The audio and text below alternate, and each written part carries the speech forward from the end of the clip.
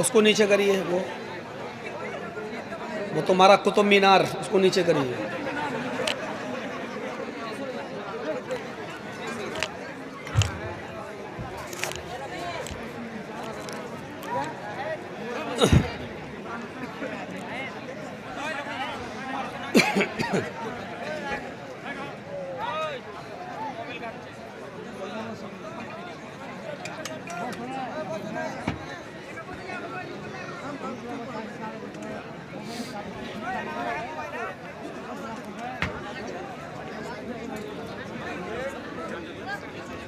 अस्सलामु अलैकुम वरहमतुल्लाहि वबरकातुहू।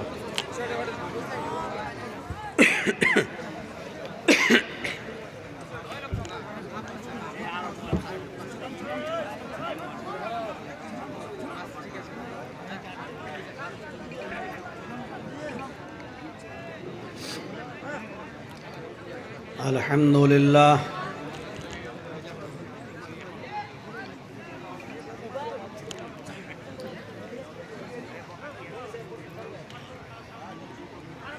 अल्हम्दुलिल्लाहि नहमदुहु व नस्तईनुहु व नस्तगफिरुह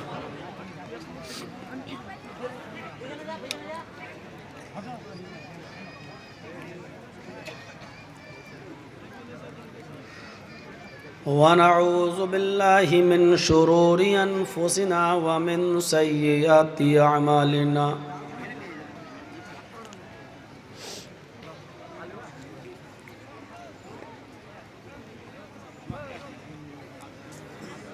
मन यहदिहिल्लाहु फला मुज़िल्ल लहु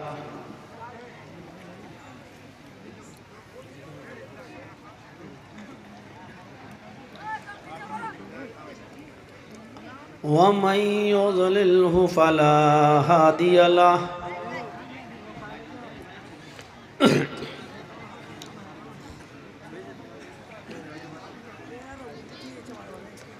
व अशहदु अल्ला इलाहा इल्लल्लाहु वहदहु ला शरीक लहु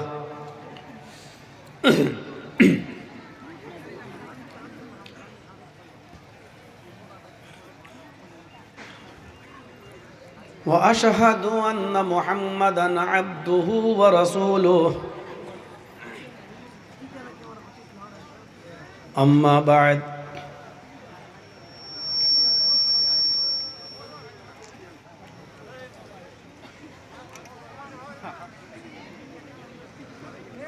फ़इन्न खैरल हदीस किताबुल्लाह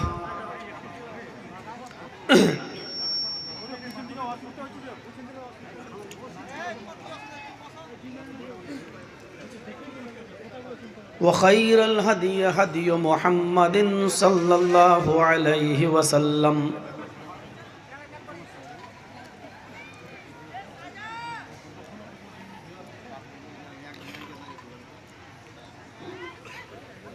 व शर्रुल उमूरि मुहदसातुहा व कुल्लु मुहदसतिन बिदअह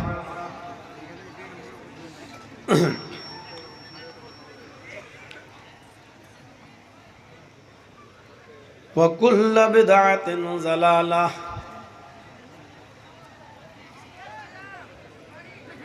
व कुल्लु ज़लालतिन फिन्नार।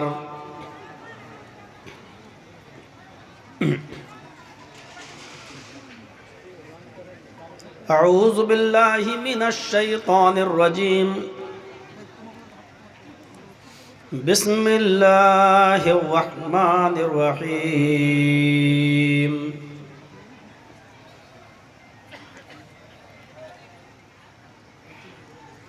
वमन यब्तगि गैरल इस्लामि दीनन फलन युक़बल मिन्हु वहुव फिल आखिरति मिनल खासिरीन।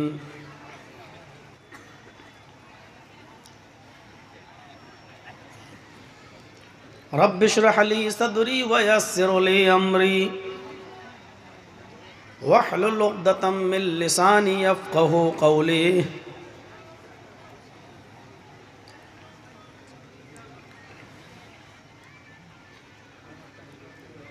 मुअज़्ज़ज़ मुअक्कर मोहतरम उलमाए किराम, बिलखुसूस इस इजलास के लिए लगातार कोशिश करने वाली शख्सियत और बार बार मुझ पर प्रेशर बनाने वाली शख्सियत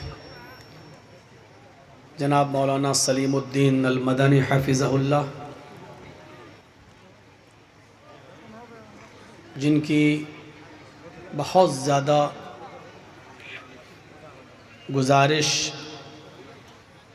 इसरार के बाद मैंने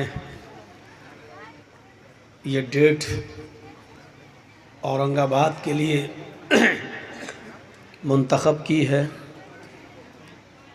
आपको मालूम ही है, थोड़ा साउंड बढ़ा दीजिए, आवाज़ आ रही है। कौन है जिम्मेदार? अरे अभी साउंड खुद ही बढ़ जाएगा, अभी शुरुआत है मेरी।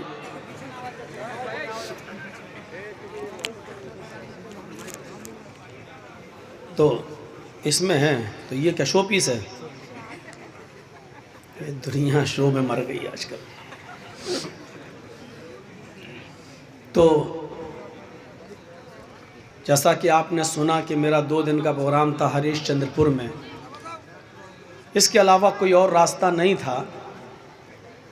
मैंने उनको मनाया, राज़ी किया कि आप 2 दिन का छोड़ दीजिए, 1 ही दिन का रख लीजिए, और 1 दिन का प्रोग्राम हम आपका कट करके औरंगाबाद वालों को देना चाहते हैं। वो बहुत इसरार कर रहे हैं।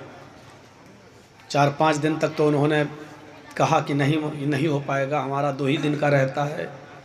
बहरहाल जब मेरा ज़्यादा प्रेशर रहा तो वो भी मान गए। तो कल मैंने वहाँ प्रोग्राम किया और आज मैंने आज की डेट आपको दी। बहरहाल मैं पहुँचा, आपकी मेहनत रंग लाई और आपने इतना अजीम शान इजलास यहाँ मुनक्किद कर दिया। अल्लाह रब्बुल आलमीन इस इजलास के कराने वालों की रोज़ी रोटी में बरकत अता फरमा, उनके कारोबार में बरकत अता फरमा, और जिन लोगों ने इस इजलास में जैसा भी ताउन किया, जैसी भी हेल्प की, किसी भी किस्म की हेल्प की, अल्लाह रब्बुल आलमीन उनके भी कारोबार में बरकत अता फरमाए। और जिस मकसद के तहत ये प्रोग्राम किया गया है, हमारी दुआ है कि अल्लाह रब्बुल आलमीन उस मकसद में हमें कामयाबी अता फरमाए। जो बातें कही गई हैं और कही जा रही हैं, अल्लाह रब्बुल आलमीन कहने वालों को और सुनने वालों को अमल की तौफीक अता फरमाए। हम और आप जिस मज़हब के, जिस धर्म के पैरोकार हैं, वो इस्लाम कहलाता है। और ये हमारी बहुत बड़ी खुशनसीबी है कि अल्लाह रब्बुल आलमीन ने हमें इंसान तो बनाया, लेकिन इंसान के साथ साथ उसने हमें और आपको मुसलमान बनाया, हमें इस्लाम की दौलत से माला माल किया। मुसलमान अगर हमें और आपको बनना है, अब आप कहेंगे बनना है क्या मौलाना, हम तो बने हुए हैं। नहीं, हम जिस मुसलमान की बात करने जा रहे हैं वो थोड़ा सा अलग है। हमें जिस तरीक़े का मुसलमान बनना है वो है पूरी तरीक़े से इस्लाम के अंदर दाखिल हो जाना। और पूरी तरीक़े से इस्लाम में दाखिल हो जाने का मतलब है हमारा उठना, हमारा बैठना, हमारा सोना, हमारा जागना, हमारा खाना पीना, हमारा चलना फिरना, हमारी नमाज, हमारा रोज़ा, हमारी हर किस्म की इबादत, यहाँ तक कि हमारी शादी, हमारे ब्याह, ये सब इस्लामी हो जाए। हम और आप मुसलमान तो हैं, इस्लाम के मानने वाले तो अपने आप को कहला सकते हैं, लेकिन एक साइंटिस्ट के बकौल सुनिएगा उसने क्या कहा था। उसने सोचा कि पता नहीं कौन सा धर्म सबसे अच्छा है। उस साइंटिस्ट ने तो सारे धर्मों की स्टडी की, सारे धर्मों को उसने पढ़ा, सब धर्मों की उसने स्टडी की। तो उस धर्म को पढ़ने के बाद, सारे धर्मों का मुताला अध्ययन करने के बाद, स्टडी करने के बाद, उसने कहा हमें सबसे अच्छा मज़हब इस्लाम लगा। जबकि वो मुसलमान नहीं था, उसको सबसे अच्छा धर्म इस्लाम नज़र आया। फिर उसने पूरी दुनिया घूम कर देखी कि देखें हमने सारे धर्मों को तो पढ़ लिया, लेकिन सबसे अच्छी कौम कौन सी है, सबसे अच्छे मज़हब के मानने वाले कैसे हैं, उसने मुआयना किया, दौरा किया, निगरानी की। तो वो जब इंडिया में आया तो उसने बरजस्ता कहा क्या कहा? उसने कहा कि मैंने जब सारे धर्मों को पढ़ा तो मुझे सबसे अच्छा धर्म इस्लाम नजर आया, लेकिन जब हमने दुनिया को देखा घूम घूम कर, टहल टहल कर, तो मुझे दुनिया में सबसे ज़्यादा बिगड़ा हुआ और सबसे ज़्यादा ख़राब अगर कोई कौम देखी है तो मुसलमानों को देखा। इससे आप अंदाज़ा लगा सकते हैं कि हमारे पास दुनिया का सबसे अच्छा मज़हब है, लेकिन यह भी हकीकत है कि दुनिया की बिगड़ी हुई कौमों में हमारा नंबर सबसे पहले है। उसने इस्लाम को नहीं गिरने दिया, लेकिन मुसलमानों को पस्ती से उठने नहीं दिया। इसकी वजह क्या है? कि जिनके पास सबसे अच्छा मजहब हो, एक मुकम्मल दीन हो, और उसी दीन के मानने वाले सबसे ज़्यादा बिगड़े हुए हों, सबसे ज़्यादा जुआरी मुसलमानों में, सबसे ज़्यादा शराबी मुसलमानों में, सबसे ज़्यादा लहू और लाइब में कैरम बोर्ड खेलने वाले, शतरंज खेलने वाले, क्रिकेट और कबड्डी में अपना वक्त बर्बाद करने वाले आपको मुसलमान नजर आएंगे। उसने झूठ नहीं बोला है, सच कहा उसने। दुनिया का सबसे बेहतर मजहब इस्लाम, दुनिया की सबसे बदतर कौम मुसलमान। तो हमें कौन सा मुसलमान बनना है, ये हमें और आपको सोचना है। अल्लाह ने इस्लाम को सबसे बेहतर मजहब कहा है। इन्नद्दीन इंदल्लाहिल इस्लाम, अल्लाह के नज़दीक इस्लाम सबसे ज़्यादा पसंदीदा दीन है। कौन सा इस्लाम? हमारे हालात को अगर कोई देखेगा तो कहेगा यही इस्लाम। हमारे मुआशरे, हमारे समाज, हमारी सोसाइटी में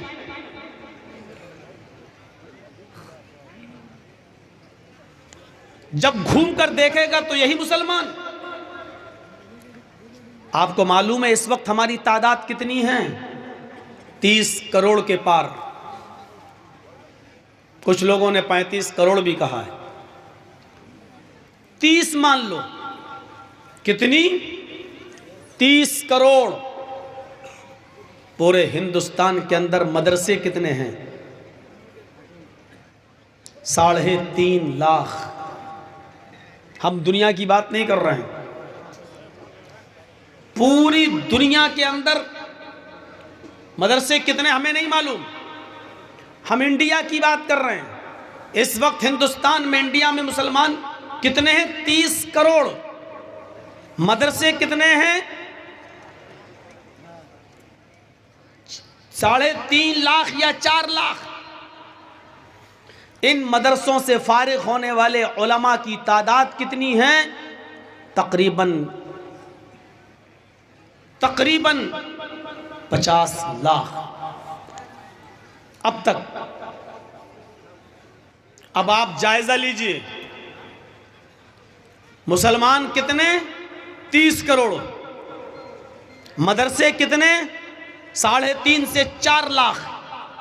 उलमा कितने? 50 लाख।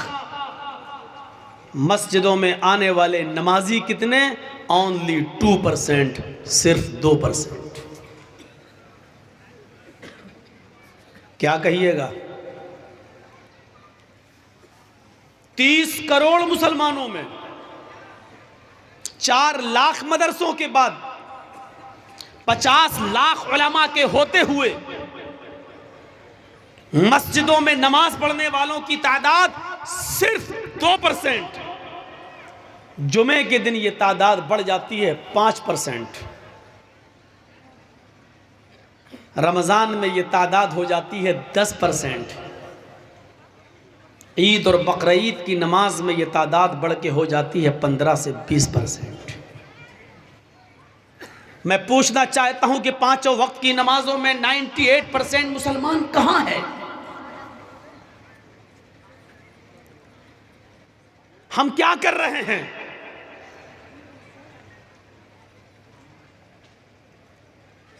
कौन सोचेगा? ये किसकी जिम्मेदारी है? ये हमारे नबी ने तो 7 साल की उम्र में ही कहा था कि बच्चे को मस्जिद में उंगली पकड़ के ले जाओ नमाज के लिए। जब तुम्हारे बच्चे 7 साल के हों तो उनको मस्जिद की तरफ ले जाओ, नमाज का हुक्म दो। और जब 10 साल के हो जाएं नमाज ना पढ़ें तो उनको मारो, यानी मार मार के नमाज की आदत जलवाओ।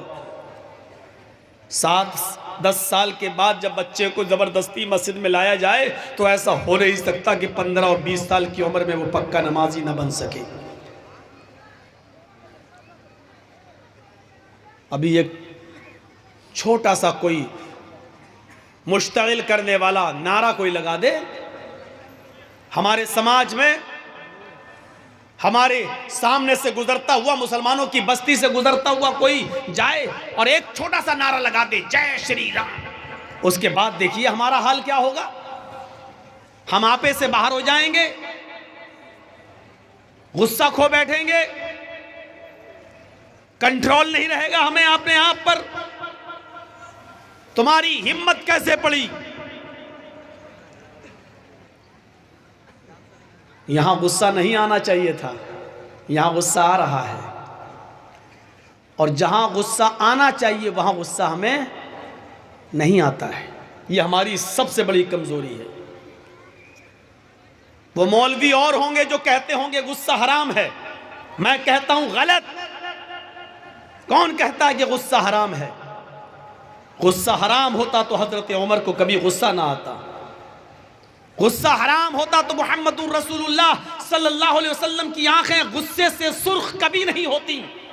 ऐसा लगता था जैसे गुस्से में किसी ने आपकी आंखों में अनार का जूस डाल दिया हो, खून उतर आता था, अल्लाह के नबी की आंखें लाल हो जाती थी गुस्से में। कौन कहता गुस्सा हराम है? लेकिन अल्लाह के रसूल को गुस्सा नाजायज बात पर आता था, जायज बात पर नहीं। हमें आपको गुस्सा आना चाहिए। गुस्सा जिंदों को आता है, मुर्दों को नहीं। अगर आप जिंदा हैं तो आपको गुस्सा आना चाहिए, लेकिन गुस्सा कब आना चाहिए? जब आप ये देखो कि मेरा बेटा रात के 12 बजे मेरे घर आ रहा है, यहां आपको गुस्सा आना चाहिए। आपको नहीं आता है।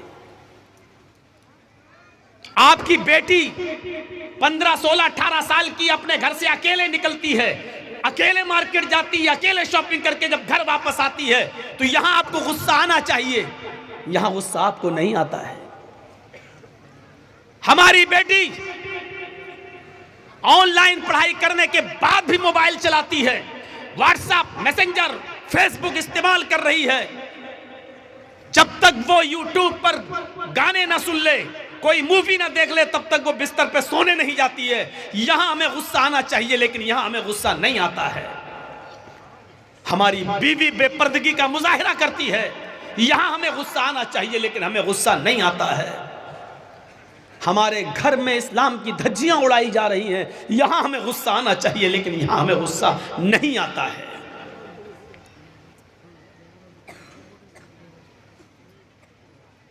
कौन हिसाब लेगा? आप जिम्मेदार हैं। आप अगर शादी हो चुकी है, पति है, तो पत्नी का हिसाब आप लीजिए। शादी के बाद अगर आप बाप बन चुके हैं तो अपने बेटे का हिसाब आप लीजिए, अपनी बेटी का हिसाब आप लीजिए। अगर आपकी बहन है तो बहन का हिसाब आप लीजिए। हिसाब जिंदे लेते हैं, मुर्दे नहीं, और हिसाब जिंदों को देना पड़ता है, मुर्दों को नहीं।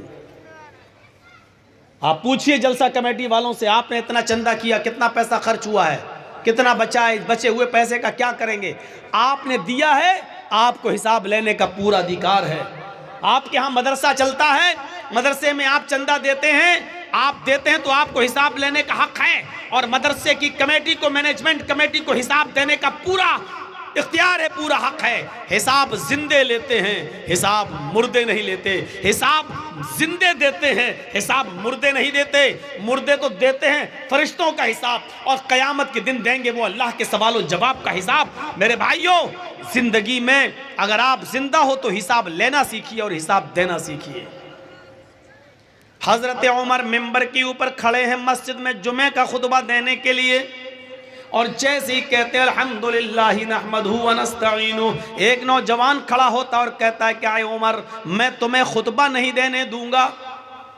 हजरत उमर ने कहा वजह बताओ, रीज़न बताओ, कारण बताओ, सबब बताओ, क्या है? उसने कहा आए उमर, पहले ये बताओ कि आज नया कुर्ता तुम पहन कर आए हो, ये नया कुर्ता तुम्हारे पास कहाँ से आया? तुम्हारी तनख्वाह बैतुल माल से, तुम्हारी सैलरी तो इतनी नहीं है कि नए कपड़े बनवा सको, फिर ये नया कपड़ा तुम्हारे जिस्म पर, तुम्हारी बॉडी पर, तुम्हारे शरीर पर कहाँ से आया? आज हिम्मत नहीं है, आप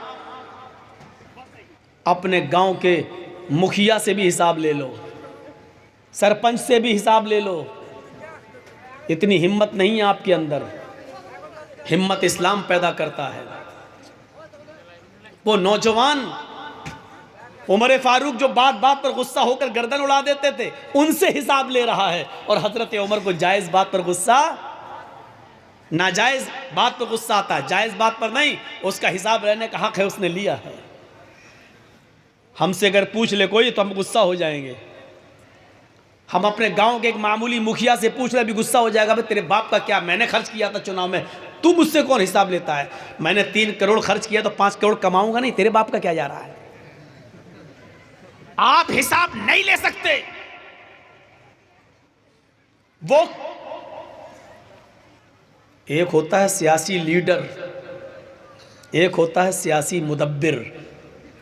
ये चीज़ अब हैदराबाद और महाराष्ट्र और मुंबई और दिल्ली की तकरीरों में बोलने में ज़रा अच्छा लगता है। अब यहाँ हम मुदब्बिर बोलने के बाद अब आपको समझाएं कि मुदब्बिर किसको कहते हैं। ये बड़ा अजीब मसला है। ये बंगाल में तो, और जहाँ बंगला माहौल है, हालांकि सबसे ज़्यादा प्यार हमें बंगाल ही में मिला, ये भी कोई, इसमें भी कोई शक नहीं।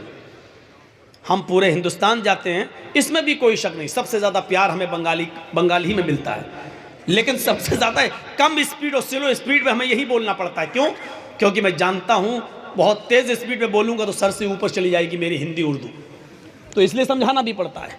एक होता है सियासी लीडर, पॉलिटिकल लीडर, और एक होता है मुदब्बिर, अक्ल व शऊर से काम करने वाला लीडर।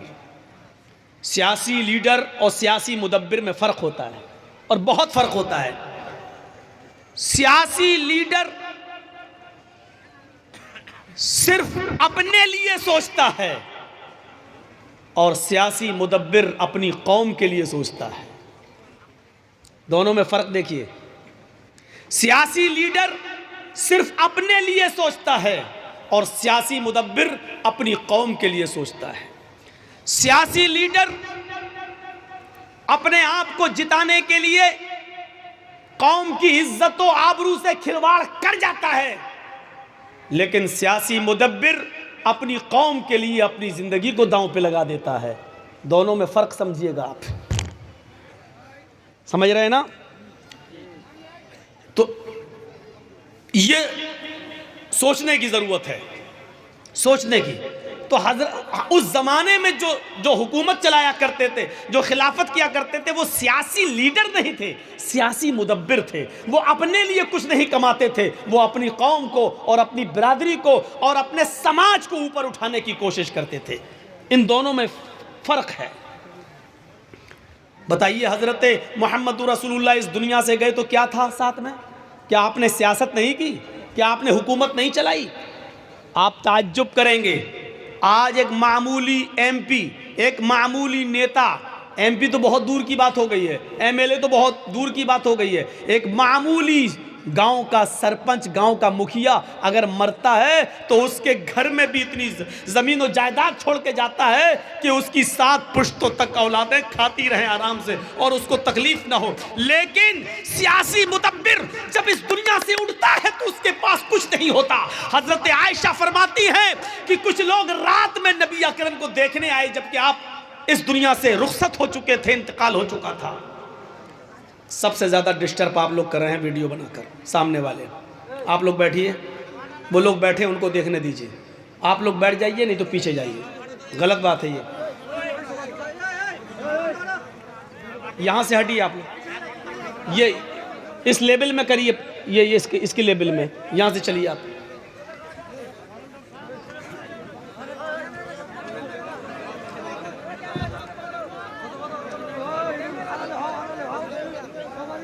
हाँ चलिए, वो हो रहा है। रज़ाकार लोग, वॉलंटियर लोग ज़रा इनको देख लें, बैठाइए। हर आदमी अपने मोबाइल में कैद करना चाहता है। ये बंद तो रही है, यूट्यूब आए तो हैं यूट्यूबर लोग।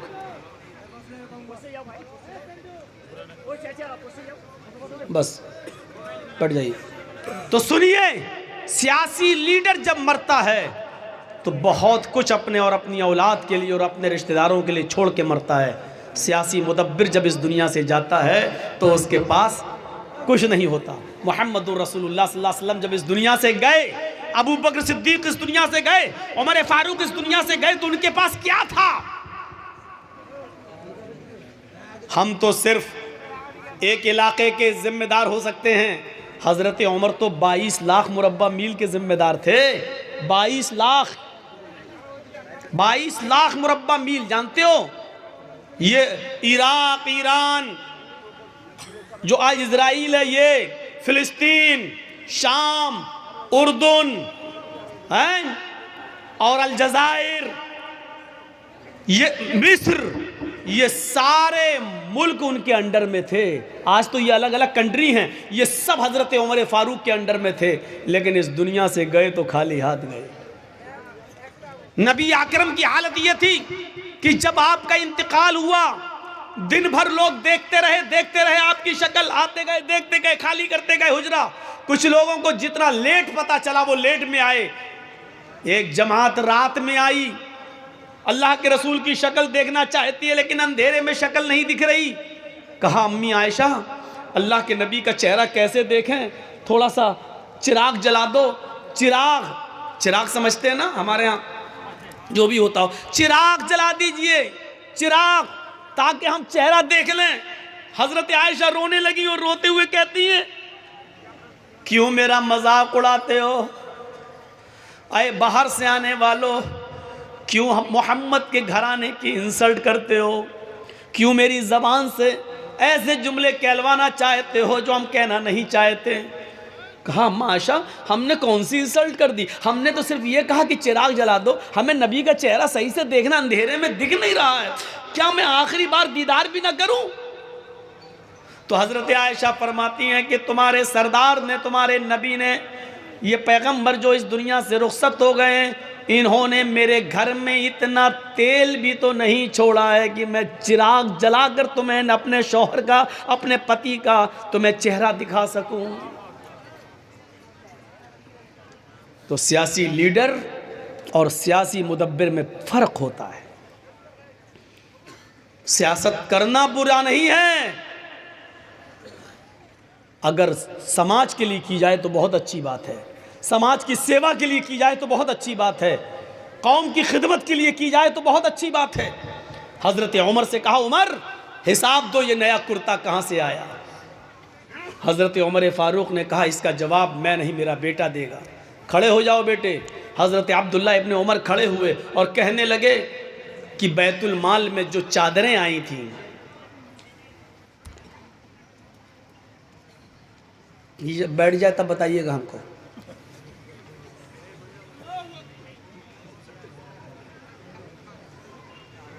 बैठ गए? हो गया? अब तो नहीं उठना है, ऐसे डिस्टर्ब करोगे तो हम नहीं बोल पाएंगे। लगाओ कैमरा। हो गया? जानते हो, आपको आगे बढ़ने से पहले इतना बता दूं कि क़यामत के दिन सबसे ज़्यादा सख्त अज़ाब किनको होगा? इन्ना अशद्दन्नास अज़ाबन यौमल क़यामती अल मुसव्विरून। क़यामत के दिन सबसे ज़्यादा सख्त अज़ाब उनको होगा जो तस्वीरें बनाते हैं। हल्का अज़ाब नहीं, सबसे ज़्यादा सख्त अज़ाब उनको होगा जो फ़ोटो खींचते हैं, बिला ज़रूरत जो तस्वीरें लेते हैं, बिला ज़रूरत अपने मोबाइल में किसी की सेल्फी लेते हैं, उनको अज़ाब होगा। ये तो एक ज़रूरत है, चलो बन जाती है। जर्जी साहब औरंगाबाद में बोल रहे हैं, कल पूरी दुनिया सुन लेगी। इसका तो चलो इस्लामिक एक फ़ायदा है, पासपोर्ट बनाना है तो खींच लो, कोई बात नहीं। किसी को भेजना है, आधार कार्ड लगना, आपका फ़ोटो लगना है तो चलो सेल्फी ले लो। बिना किसी गर्ज़ व गायत के और मकसद के आप सेल्फी लेंगे? किसने इजाज़त दी आपको? क्या करेंगे आप? जर्जी साहब को अपने मोबाइल में कैद किया, कल भेजेंगे, देखो हमारे घर आए थे, हमारी दुकान पे आए थे, मैंने मुलाकात की। मैं अपनी मिसाल नहीं, आप सबकी मिसाल दे रहा हूँ, जिसकी भी खींचो, यही तो मकसद होता है। इन्ना अशद्दन्नास अज़ाबन यौमल क़यामह। अल्लाह के नबी फरमाते, क़यामत के दिन सबसे सख्त अज़ाब, सबसे सख्त अज़ाब, हल्का, सबसे हल्का अज़ाब तो ये होगा जिसने दुनिया में सबसे कम गुनाह किए होंगे, उनके पैरों के नीचे 2 आग की चिंगारी रख दी जाएंगी बस। इन्ना अहवना अहलिन नारी अज़ाबन यौमल क़यामति लरजुल यूज़अ फ़ी अख़मसि क़दमिही जमरतान। पैरों के तलवे ये होते ना, इनके नीचे आग की 2 चिंगारी रख दी जाएंगी बस, एक इस पैर के नीचे, एक इस पैर के नीचे। इन दोनों चिंगारियों की वजह से यगली मिनहुमा दिमागु, उसका दिमाग हांडी की तरह खोल रहा होगा, पतीली की तरह खोल रहा होगा, जैसे पानी खोलता है, हीटर पे रख दो, चूल्हे पर रख दो तो खोलता है। यरान्नहु अशद्दु अज़ाबन, वो समझ रहा होगा कि सबसे ज़्यादा सख्त और हार्ड अज़ाब मुझे दिया जा रहा है, हालांकि उसको सबसे हल्का अज़ाब होगा। ये दुनिया में सबसे हल्का अज़ाब उसको होगा जिसके पैरों के तलवे के नीचे आग की 2 चिंगारियां रखी जाएंगी, इससे उसका दिमाग खोल रहा होगा और वो समझेगा कि हमें सबसे ज़्यादा सख्त और हार्ड अज़ाब हो रहा है। तो जब सबसे हल्का अज़ाब का ये हाल है तो सबसे ज़्यादा सख्त अज़ाब का हाल क्या होगा? और तस्वीर बनाने वालों को सबसे ज़्यादा सख्त अज़ाब होगा। अब देखता हूँ मेरी तकरीर ख़त्म होने के बाद कितने लोग मेरी सेल्फ़ी लेते हैं, और जो सेल्फ़ी लेता है इसका मतलब वो जलसा सुनने नहीं आया है, इसका मतलब उसको इस्लाम से मोहब्बत नहीं है, इसका मतलब यह है कि वो कुरान और हदीस पर अमल नहीं करना चाहता है, उसकी नीयत ख़राब है।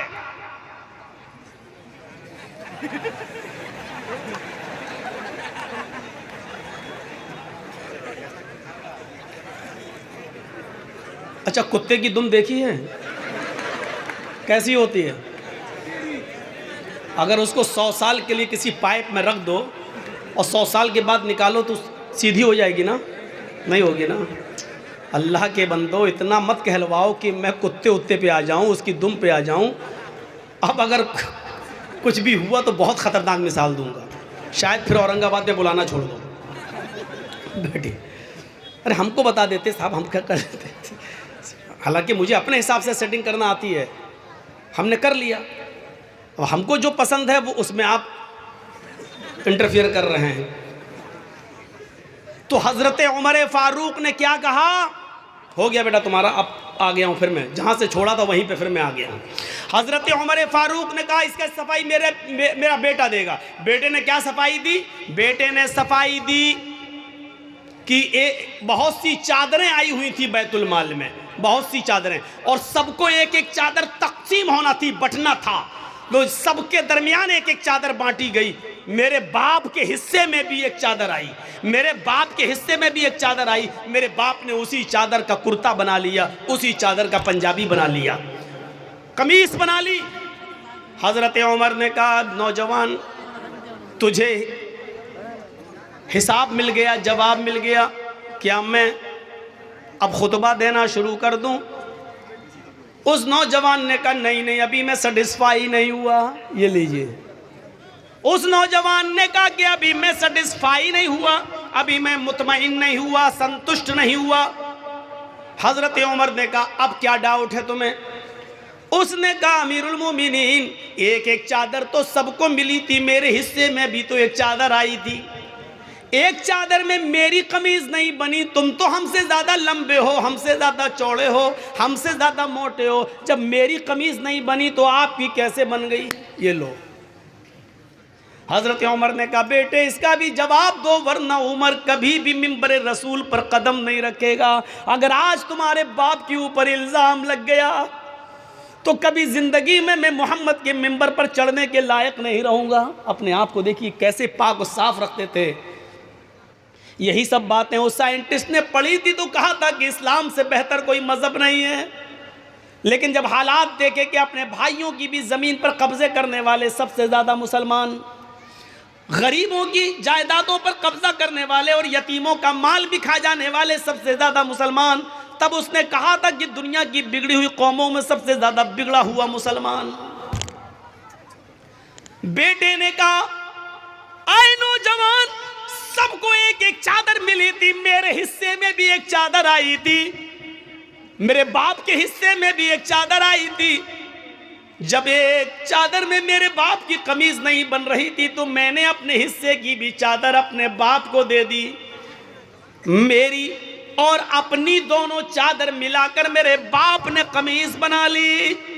वो नौजवान खड़ा होता और कहता, अमीरुल मोमिनीन, अब मैं मुतमईन हो गया, अब मुझे सुकून मिल गया, अब मैं सेटिस्फाई हो गया, अब आप खुतबा दीजिए। तब हजरत उमर फारूक ने खुतबा देना शुरू किया। हिसाब जिंदा लेते हैं और हिसाब जिंदा देते हैं। मेरे भाइयों, मुर्दों से हिसाब न लिया जाता है न दिया जाता है। आपके पास किसी आदमी पर 5,000 10,000 रुपए, वो मर गया, अब आप उस मुर्दे से मांगने नहीं जाएंगे क्योंकि वो मर गया, उसके घर वालों के पास जाएंगे, उनको मर्जी होगी तो देंगे, वरना कहेंगे कि हमने थोड़ी लिए थे, मेरे बाप ने लिए थे, मेरे फला ने लिए थे, हमें तो नहीं मालूम, ना उन्होंने कभी बताया, ना डायरी पे लिखा है, ना हमें उसकी वसीयत कर गए, हम क्यों दें? मेरे भाइयों, हिसाब जिंदों से लिया जाता है। आप अपने बेटे का हिसाब लो, आप अपनी बेटियों का हिसाब लो, आप अपनी बीवी का हिसाब लो। आप अपने समाज में रहते हो, समाज का सरदार आपका हिसाब ले, आप सरदार का भी हिसाब ले सकते हैं। मेरे प्यारे साथियों, इस्लाम यही शिक्षा लेकर हमारे सामने आता है और यही बताता है, यही चीज तो है इस्लाम की सबसे बड़ी खुसूसियत। इस्लाम क्या है आपको बता दूं, इस्लाम मुकम्मल है। दुनिया का कोई धर्म मुकम्मल नहीं है। आइए थोड़ा सा तकाबुल कर लेते हैं, जरा दूसरे मज़हबों को भी सामने रखकर इस्लाम की सच्चाई की तरफ आते हैं। दुनिया में मुकम्मल अगर कोई धर्म है, मुकम्मल समझते ना, कंप्लीट, अगर कंप्लीट कोई रिलीजियस कोई मज़हब है तो क्या है? इस्लाम। दुनिया में सबसे ज़्यादा मुकम्मल कंप्लीट अगर कोई मज़हब है तो वो इस्लाम है। नबी अकरम से पहले कौन थे? हज़रत ईसा अलैहिस्सलाम। लेकिन ईसाइयत कंप्लीट नहीं है। हज़रत ईसा अलैहिस्सलाम के हालात 3 साल से ज़्यादा आपको नहीं मिलेंगे। पूरी बाइबल पढ़ जाइए, 3 साल से ज़्यादा ईसा अलैहिस्सलाम के हालात नहीं मिलेंगे। इब्राहीम अलैहिस्सलाम की ज़िंदगी के 5 साल से ज़्यादा के हालात नहीं मिलेंगे। मूसा अलैहिस्सलाम की ज़िंदगी के 4 साल से ज़्यादा हालात आपको नहीं मिलेंगे।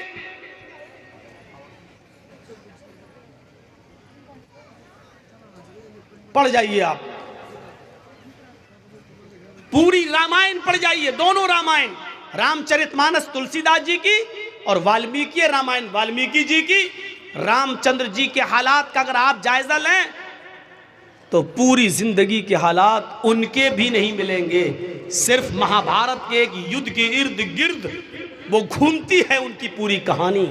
लेकिन अल्लाह के रसूल की ज़िंदगी का अगर आप मुताला करें, मुहम्मदुर रसूलुल्लाह की लाइफ की अगर आप स्टडी करें, तो जिस दिन से पैदा हुए और जब आप इस दुनिया को छोड़कर रुखसत हुए, पैदाइश से लेकर 40 साल तक नबी नहीं बने थे तब तक के हालात, और 40 साल से लेकर 23 साल और 63 साल, यानी 23 साल की नबवी ज़िंदगी, 13 साल मक्के और 10 साल मदीने की, 63 साल की ज़िंदगी के अगर हालात, एक एक दिन के हालात भी अगर आपको देखना हो तो आप पढ़ेंगे तो मुहम्मदुर रसूलुल्लाह की पैदाइश से लेकर आखिरी वक्त, आखिरी सांस तक के हालात आपको मिलेंगे।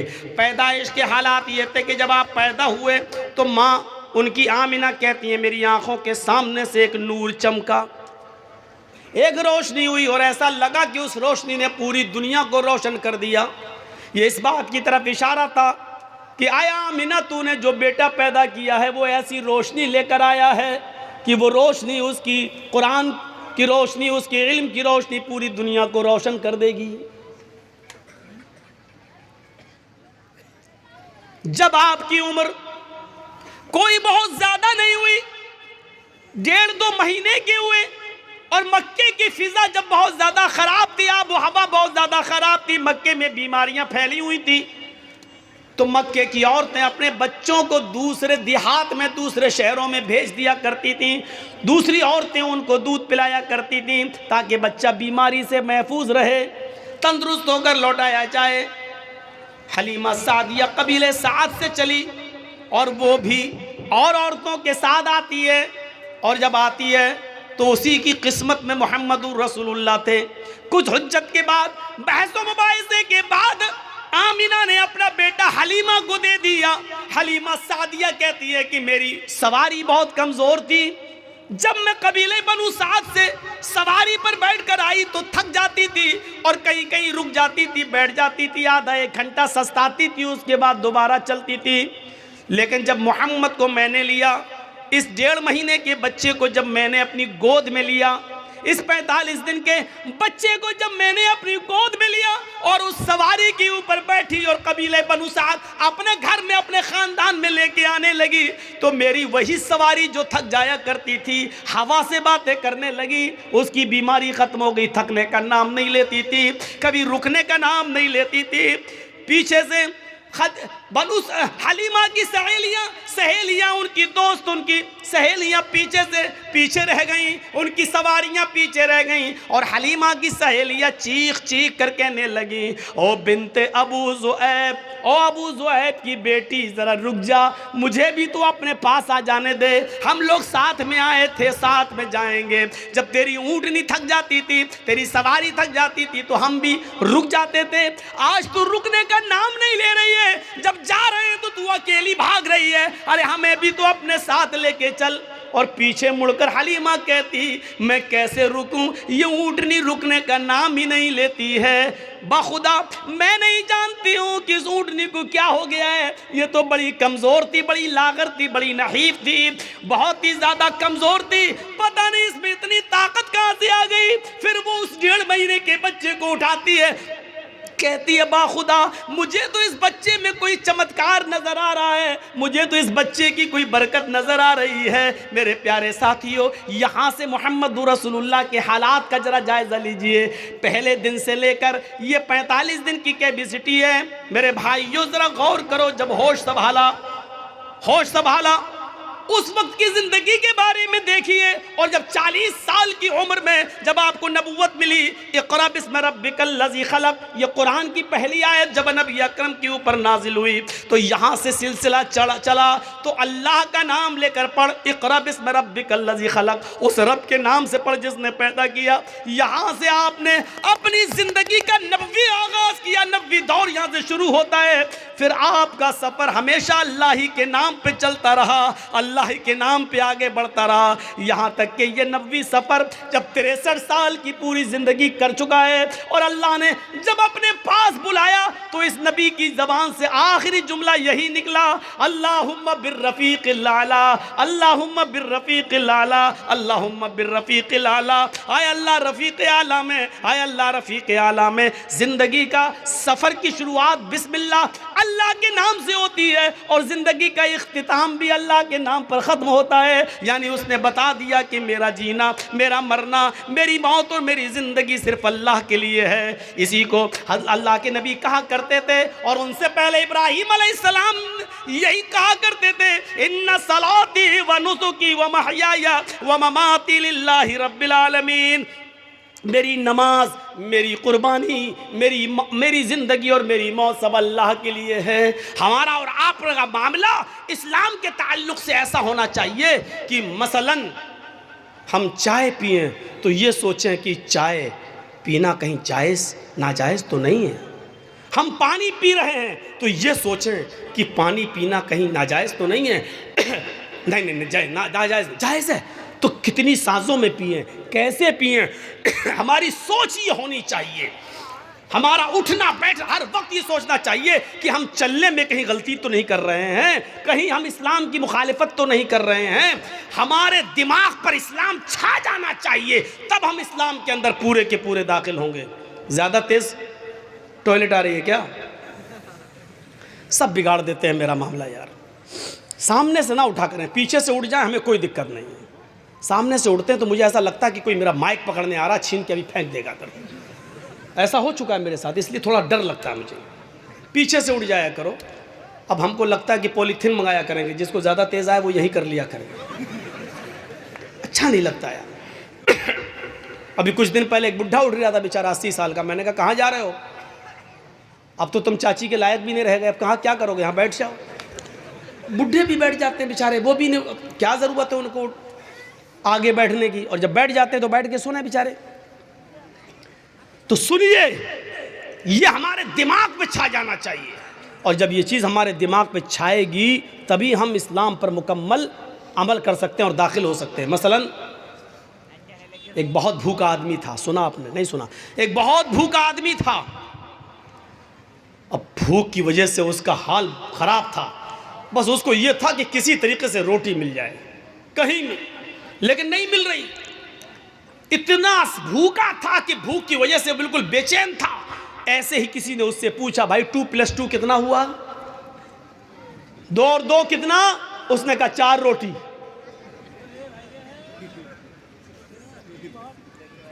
वो 4 मोबाइल भी कह सकता था, वो 4 माइक भी बोल सकता था, वो 4 गिलास भी बोल सकता था, वो 4 प्लेट भी बोल सकता था, लेकिन नहीं। और क्या जरूरत थी 4 माइक, 4 प्लेट, 4 गिलास बोलने की? उससे तो इतना पूछा गया 2 + 2 कितना, 2 और 2 कितना? उसको जवाब देना चाहिए 4, लेकिन उसने क्या कहा? 4 रोटी। क्यों कहा रोटी? क्योंकि उसके दिमाग में वही भरा पड़ा था कि हमें खाना कहीं से मिल जाए। यहाँ तक कि सवाल का पहला हिस्सा तो सही दिया, लेकिन आगे रोटी कह गया, 4 के बाद रोटी, क्योंकि उसके दिमाग में वो रोटी भरा हुआ, खाना मिल जाए। मेरे भाइयों, यही हमारा इस्लाम के साथ यही सुलूक होना चाहिए। हम उठें तो सोचें कि इस्लाम की मुखालिफत तो नहीं हो रही है, हम बैठे तो सोचें कि हमारा बैठना गैर इस्लामी तो नहीं है, हम चले तो सोचें कि हमारा चलना गैर इस्लामी तो नहीं है, हम शादी करें तो सोचें कि हमारा चलना गैर इस्लामी तो नहीं है, हम खाएं पिए या जो मेहनत, जो बिजनेस, जो कारोबार कर रहे हैं उसके बारे में सोचें कि कहीं गैर इस्लामी तो नहीं है। जब तक हम ऐसा नहीं करेंगे हम इस्लाम के अंदर पूरे के पूरे दाखिल नहीं हो सकते हैं। इस्लाम मुकम्मल एक मज़हब है, कंप्लीट, क्योंकि इस्लाम ने कोई चीज़ बाकी नहीं छोड़ी है। मैंने कहा ना, इन लोगों की ज़िंदगी के सिर्फ 4 साल के हालात मौजूद हैं बस। ईसा अलैहिस्सलाम के 3 साल के हालात मौजूद हैं। आज चले जाइए ईसाइयों के पास और पूछिए कि शादी कैसे होनी चाहिए, ईसाई नहीं बता पाएंगे। क्यों नहीं बता पाएंगे? उनको मालूम ही नहीं है। क्यों? ईसा अलैहिस्सलाम ने शादी ही नहीं की थी। जब शादी नहीं की तो उनको शादी के हालात मालूम नहीं, शादी कैसे होना चाहिए। ये पूरी बाइबल पढ़ जाओ, शादी सिर्फ इतना लिखा है कि अपनी ज़िंदगी अगर पाकीज़ा गुजारना चाहते हो तो शादी कर लो, बस इतना लिखा है। अपनी ज़िंदगी पाकीज़ा गुजारना चाहते हो तो शादी कर लो, लेकिन शादी कैसे करो, किस उम्र में करो, लड़की बड़ी होनी चाहिए या छोटी होनी चाहिए, फिर शादी के बाद बीवी के साथ किस तरह रहो, मेहर कितना होना चाहिए, ये तमाम चीजें बाइबल बताने से खामोश है। वेद आप पढ़ें तो वेदों में भी लिखा है कि रामचंद्र जी ने भी शादी की थी, लिहाजा तुम विवाह करके अपने आप को सुरक्षित कर लो। लेकिन शादी कैसे होना चाहिए ये आपको न वेदों में मिलेगा, न रामायण में, न गीता के अंदर। कहीं पर भी आप चले जाइए पूरा न मंजर आपको नहीं मिल सकता, क्योंकि कोई धर्म कंप्लीट नहीं है। इस्लाम से पूछिए, मोहम्मद रसूलुल्लाह से सवाल कीजिए कि शादी कैसे करना चाहिए, तो अल्लाह के नबी सल्लल्लाहु अलैहि वसल्लम की शरीयत जवाब देगी। जैसे मोहम्मद रसूलुल्लाह ने 25 साल की उम्र में अपनी से 15 साल बड़ी हजरत खदीजा को अपने निकाह में लाए, ये नहीं देगा कि हमसे उम्र में बड़ी है और इसका पहला शौहर तलाक दे चुका है या इंतकाल कर चुका है, ये बेवा है, किसी की शौहर मर गया, ये उसके बाद की हुए बची हुई बीवी है और खदीजा के 2 बच्चे भी हैं, हम शादी कर लेंगे तो उसको भी संभालना पड़ेगा। ये सब नहीं सोचा, बल्कि आपने निकाह कर लिया। खदीजा ने पैगाम भेजा था, अल्लाह के नबी सल्लल्लाहु अलैहि वसल्लम ने अपने चचा अबू तालिब से मशवरा करने के बाद एक्सेप्ट कर लिया। शरीयत जवाब देगी कि बड़ी उम्र की औरतों से निकाह करना कोई बुरा नहीं है। फिर शरीयत ये भी कहती है, मोहम्मद रसूलुल्लाह जवाब देंगे कि मैंने आयशा से भी निकाह किया जो हमसे उम्र में बहुत छोटी हैं, लिहाजा अगर कोई छोटी उम्र से शादी करना चाहे तो छोटी उम्र की लड़की से भी निकाह किया जा सकता है, इसमें कोई बुराई नहीं है। लेकिन रहना वैसे, अगर तुम्हारी बीवी उम्र में बड़ी है तो वैसे रहो जैसे मैं खदीजा के साथ रहा, अगर तुम्हारी बीवी उम्र में छोटी है तो वैसे रहो जैसे मैं आयशा के साथ रहा। गौर कीजिए, आपको एक एक चीज का सबूत मिलता चला जाएगा, कोई चीज बाकी नहीं है। यहाँ तक कि सोने के आदाब तक मिले लिखे, मियाँ और बीवी को किस तरह अपनी जिंदगी गुजारना चाहिए वो तक मिलेगा। यहाँ तक कि मियाँ और बीवी के जिस्मानी और शारीरिक संबंध कैसे होना चाहिए, जनाब मोहम्मद रसूलुल्लाह ने उसको भी बाकी नहीं छोड़ा और वो भी बता दिया। क्योंकि इस्लाम एक कंप्लीट मजहब है। जैसे माँ और बाप अपने बच्चे को उंगली पकड़ के चलना सिखाते हैं, माँ के पेट से बच्चा पेशाब और पैखाना करने को, साफ करने का तरीका सीख के नहीं आता, वो अपने माँ और बाप से सीखता है। उसी तरीके से मोहम्मद रसूलुल्लाह ने भी हमें उंगली पकड़ के चलना सिखाया है, सब कुछ बता दिया है कि तुम्हें ऐसा करना है, ऐसा करना है, ऐसा करना है, ऐसा करना है। ये कंप्लीट मजहब है, कंप्लीट मजहब है इस्लाम, इसीलिए इसको मजहब कहा गया है। बाकी और दूसरे मजहब जो हैं वो मजहब नहीं है, मजहब नहीं है, इज्म है।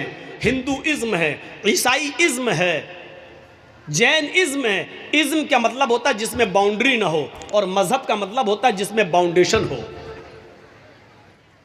जिसमें बाउंडेशन हो। कुछ जानवर हलाल है, खा सकते हो, लेकिन हर जानवर नहीं खा सकते हो। चाय पी सकते हो, दूध पी सकते हो, लेकिन हर पीने वाली चीज नहीं पी सकते हो। शराब नहीं। अच्छा मौलाना, शराब तो छोड़ो, बीड़ी सिगरेट वो भी नहीं। एक बाउंडेशन है। मौलाना इस पे बोल दीजिए, इस पे बोल देंगे तो फिर कौन बुलाएगा, क्योंकि सारा मामला तो उसी पे टिका हुआ है पूरे औरंगाबाद का। अब टिका है तो कोई क्या करे, लेकिन इसकी वजह से कोई हक बात बोलना छोड़ दे, फिर फर्क क्या रह जाएगा, फिर बात क्या रह जाएगी। मेरे प्यारे साथियों, हक बात अगर आपके और हमारे खिलाफ जाए तो जाना चाहिए। मौलाना को बाउंडेशन नहीं करना चाहिए, नहीं इस पे नहीं बोल सकते, उस पे बोल सकते, उस पे नहीं।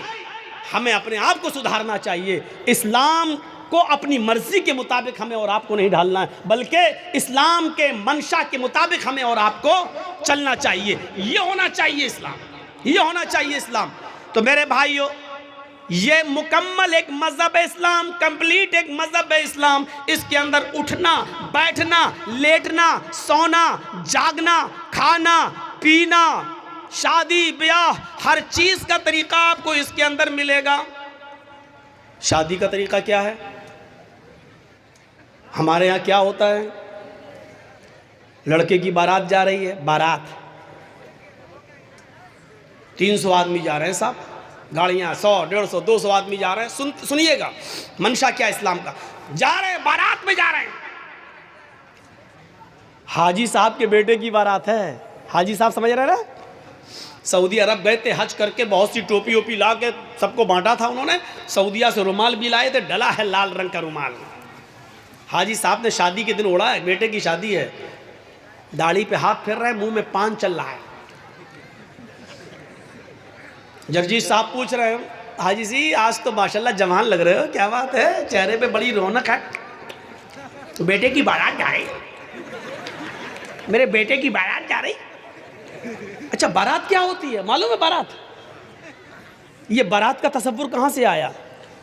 100, 150, 200 साल पहले जब हमारे हिंदू भाइयों में, जब वो अपने लड़के की बारात किसी दूसरे शहर में ले जाते थे तो डर होता था कि कहीं लूट ना जाए काफिला, कहीं ये लोग लूट, अकेले अगर लड़का लड़की शादी करके आएंगे तो कहीं लूट ना लिए जाएं, सोना चांदी जेवरात लूट जाएं। तो ऐसा नहीं होता था। फिर वो लोग 100-50 आदमी को लेके निकलते थे घोड़ों पर, जो भी चीज़ मिलती थी उस पे जाते थे दूसरे शहर, और वहाँ से लड़की की विदा करा के अपने साथ लाते थे ताकि लूटे ना जाएं और काफिले वाले सामान न लूट लें। तो वहां से ये रस्म निकली और निकलते निकलते आज इसने बारात का नाम पा लिया। बारात का आज ये हाल है, एक घर से दूसरे घर में भी बारात जा रही है तो 200 आदमी चाहिए। इनको बारात नहीं कहना चाहिए। सच पूछो मौलाना जर्जीस के हिसाब से तो इनको चोर कहना चाहिए, डकैत, डाकू। ये बाराती नहीं है, डकैत जा रहे हैं, डाकू। लड़की वाले के घर डाका डालने जा रहे हैं। वहाँ जाके बैठ गए साहब, जैसे इनके बाप का घर हो। अब गरीब लड़की वाला बेचारा वो इनको अच्छे से अच्छा खिला रहा है। वो जानता है कि अगर खाने पीने में थोड़ी सी भी कमी हो गई तो ज़िंदगी भर मेरी बेटी को ताना मारेगा। ये पूरा समाज, जितने आए हैं, ये चोर, ये डकैत, ये सब ताना मारेंगे, देखो उसके बाप ने ऐसा खिलाया, कोई इज्जत नहीं की है। तो बेचारा वो इन चोरों का पेट भरने के लिए इन डकैतों को हलक तक ठूस देता है, लो खाओ, पहले नाश्ता फिर खाना, यहां तक ठूस देता है उसके, सिर्फ इसलिए कि मेरी बेटी का घर बस जाए। जबकि उसका कर्ज अदा करने के लिए बेचारा सालों साल उसका ब्याज देता रहता है, लेकिन कर्ज अदा नहीं कर पाता है। ये कौन सोचेगा? इन गरीब लड़कियों के जो हाथ पीले नहीं हो रहे हैं, ये कौन सोचेगा? जरा तसव्वुर करो कि एक मोटरसाइकिल पे वो लड़का कैसे बैठ जाता है। साहब बड़ी अच्छी गाड़ी है माशाल्लाह, कहाँ से मिली, कितने में खरीदी? जहेज में मिली, जहेज में मिली। अरे उसको कहना चाहिए भीख में मिली, कहता जहेज में मिली। उसको कहना चाहिए मेरे ससुर ने मुझे इंटरनेशनल भिखारी समझ के दी, वो कहता गिफ्ट में दी। नाम बदल गए, देख लीजिए आप।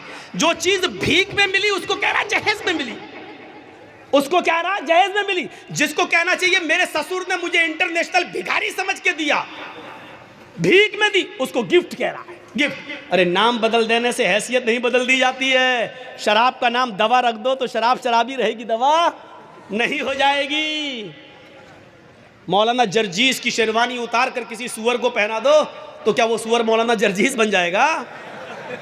हैं? लिबास बदल देने से सुअर सुअर ही रहेगा, गधा गधा ही रहेगा, कुत्ता कुत्ता ही रहेगा, भीख भीख ही रहेगी। उसका नाम दहेज जहेज रख देने से, माफ करना, भीख का नाम नहीं बदल जाएगा। औरतों ने नंगेपन का नाम फैशन रख दिया। क्या रख दिया? फैशन। अल्लाह के रसूल ने तो नहीं कहा वो फैशन है। अल्लाह के नबी ने तो कहा निसा उनका सियातुन आरियातुन, एक ऐसा ज़माना आ जाएगा कि तुम औरतों को देखोगी कि वो कपड़े पहने होंगी लेकिन नंगी होंगी। अल्लाह के नबी ने तो ये कहा था कि वो कपड़े पहने होंगी लेकिन नंगी होंगी। कपड़ा पहनने के बावजूद भी कोई नंगी होता है?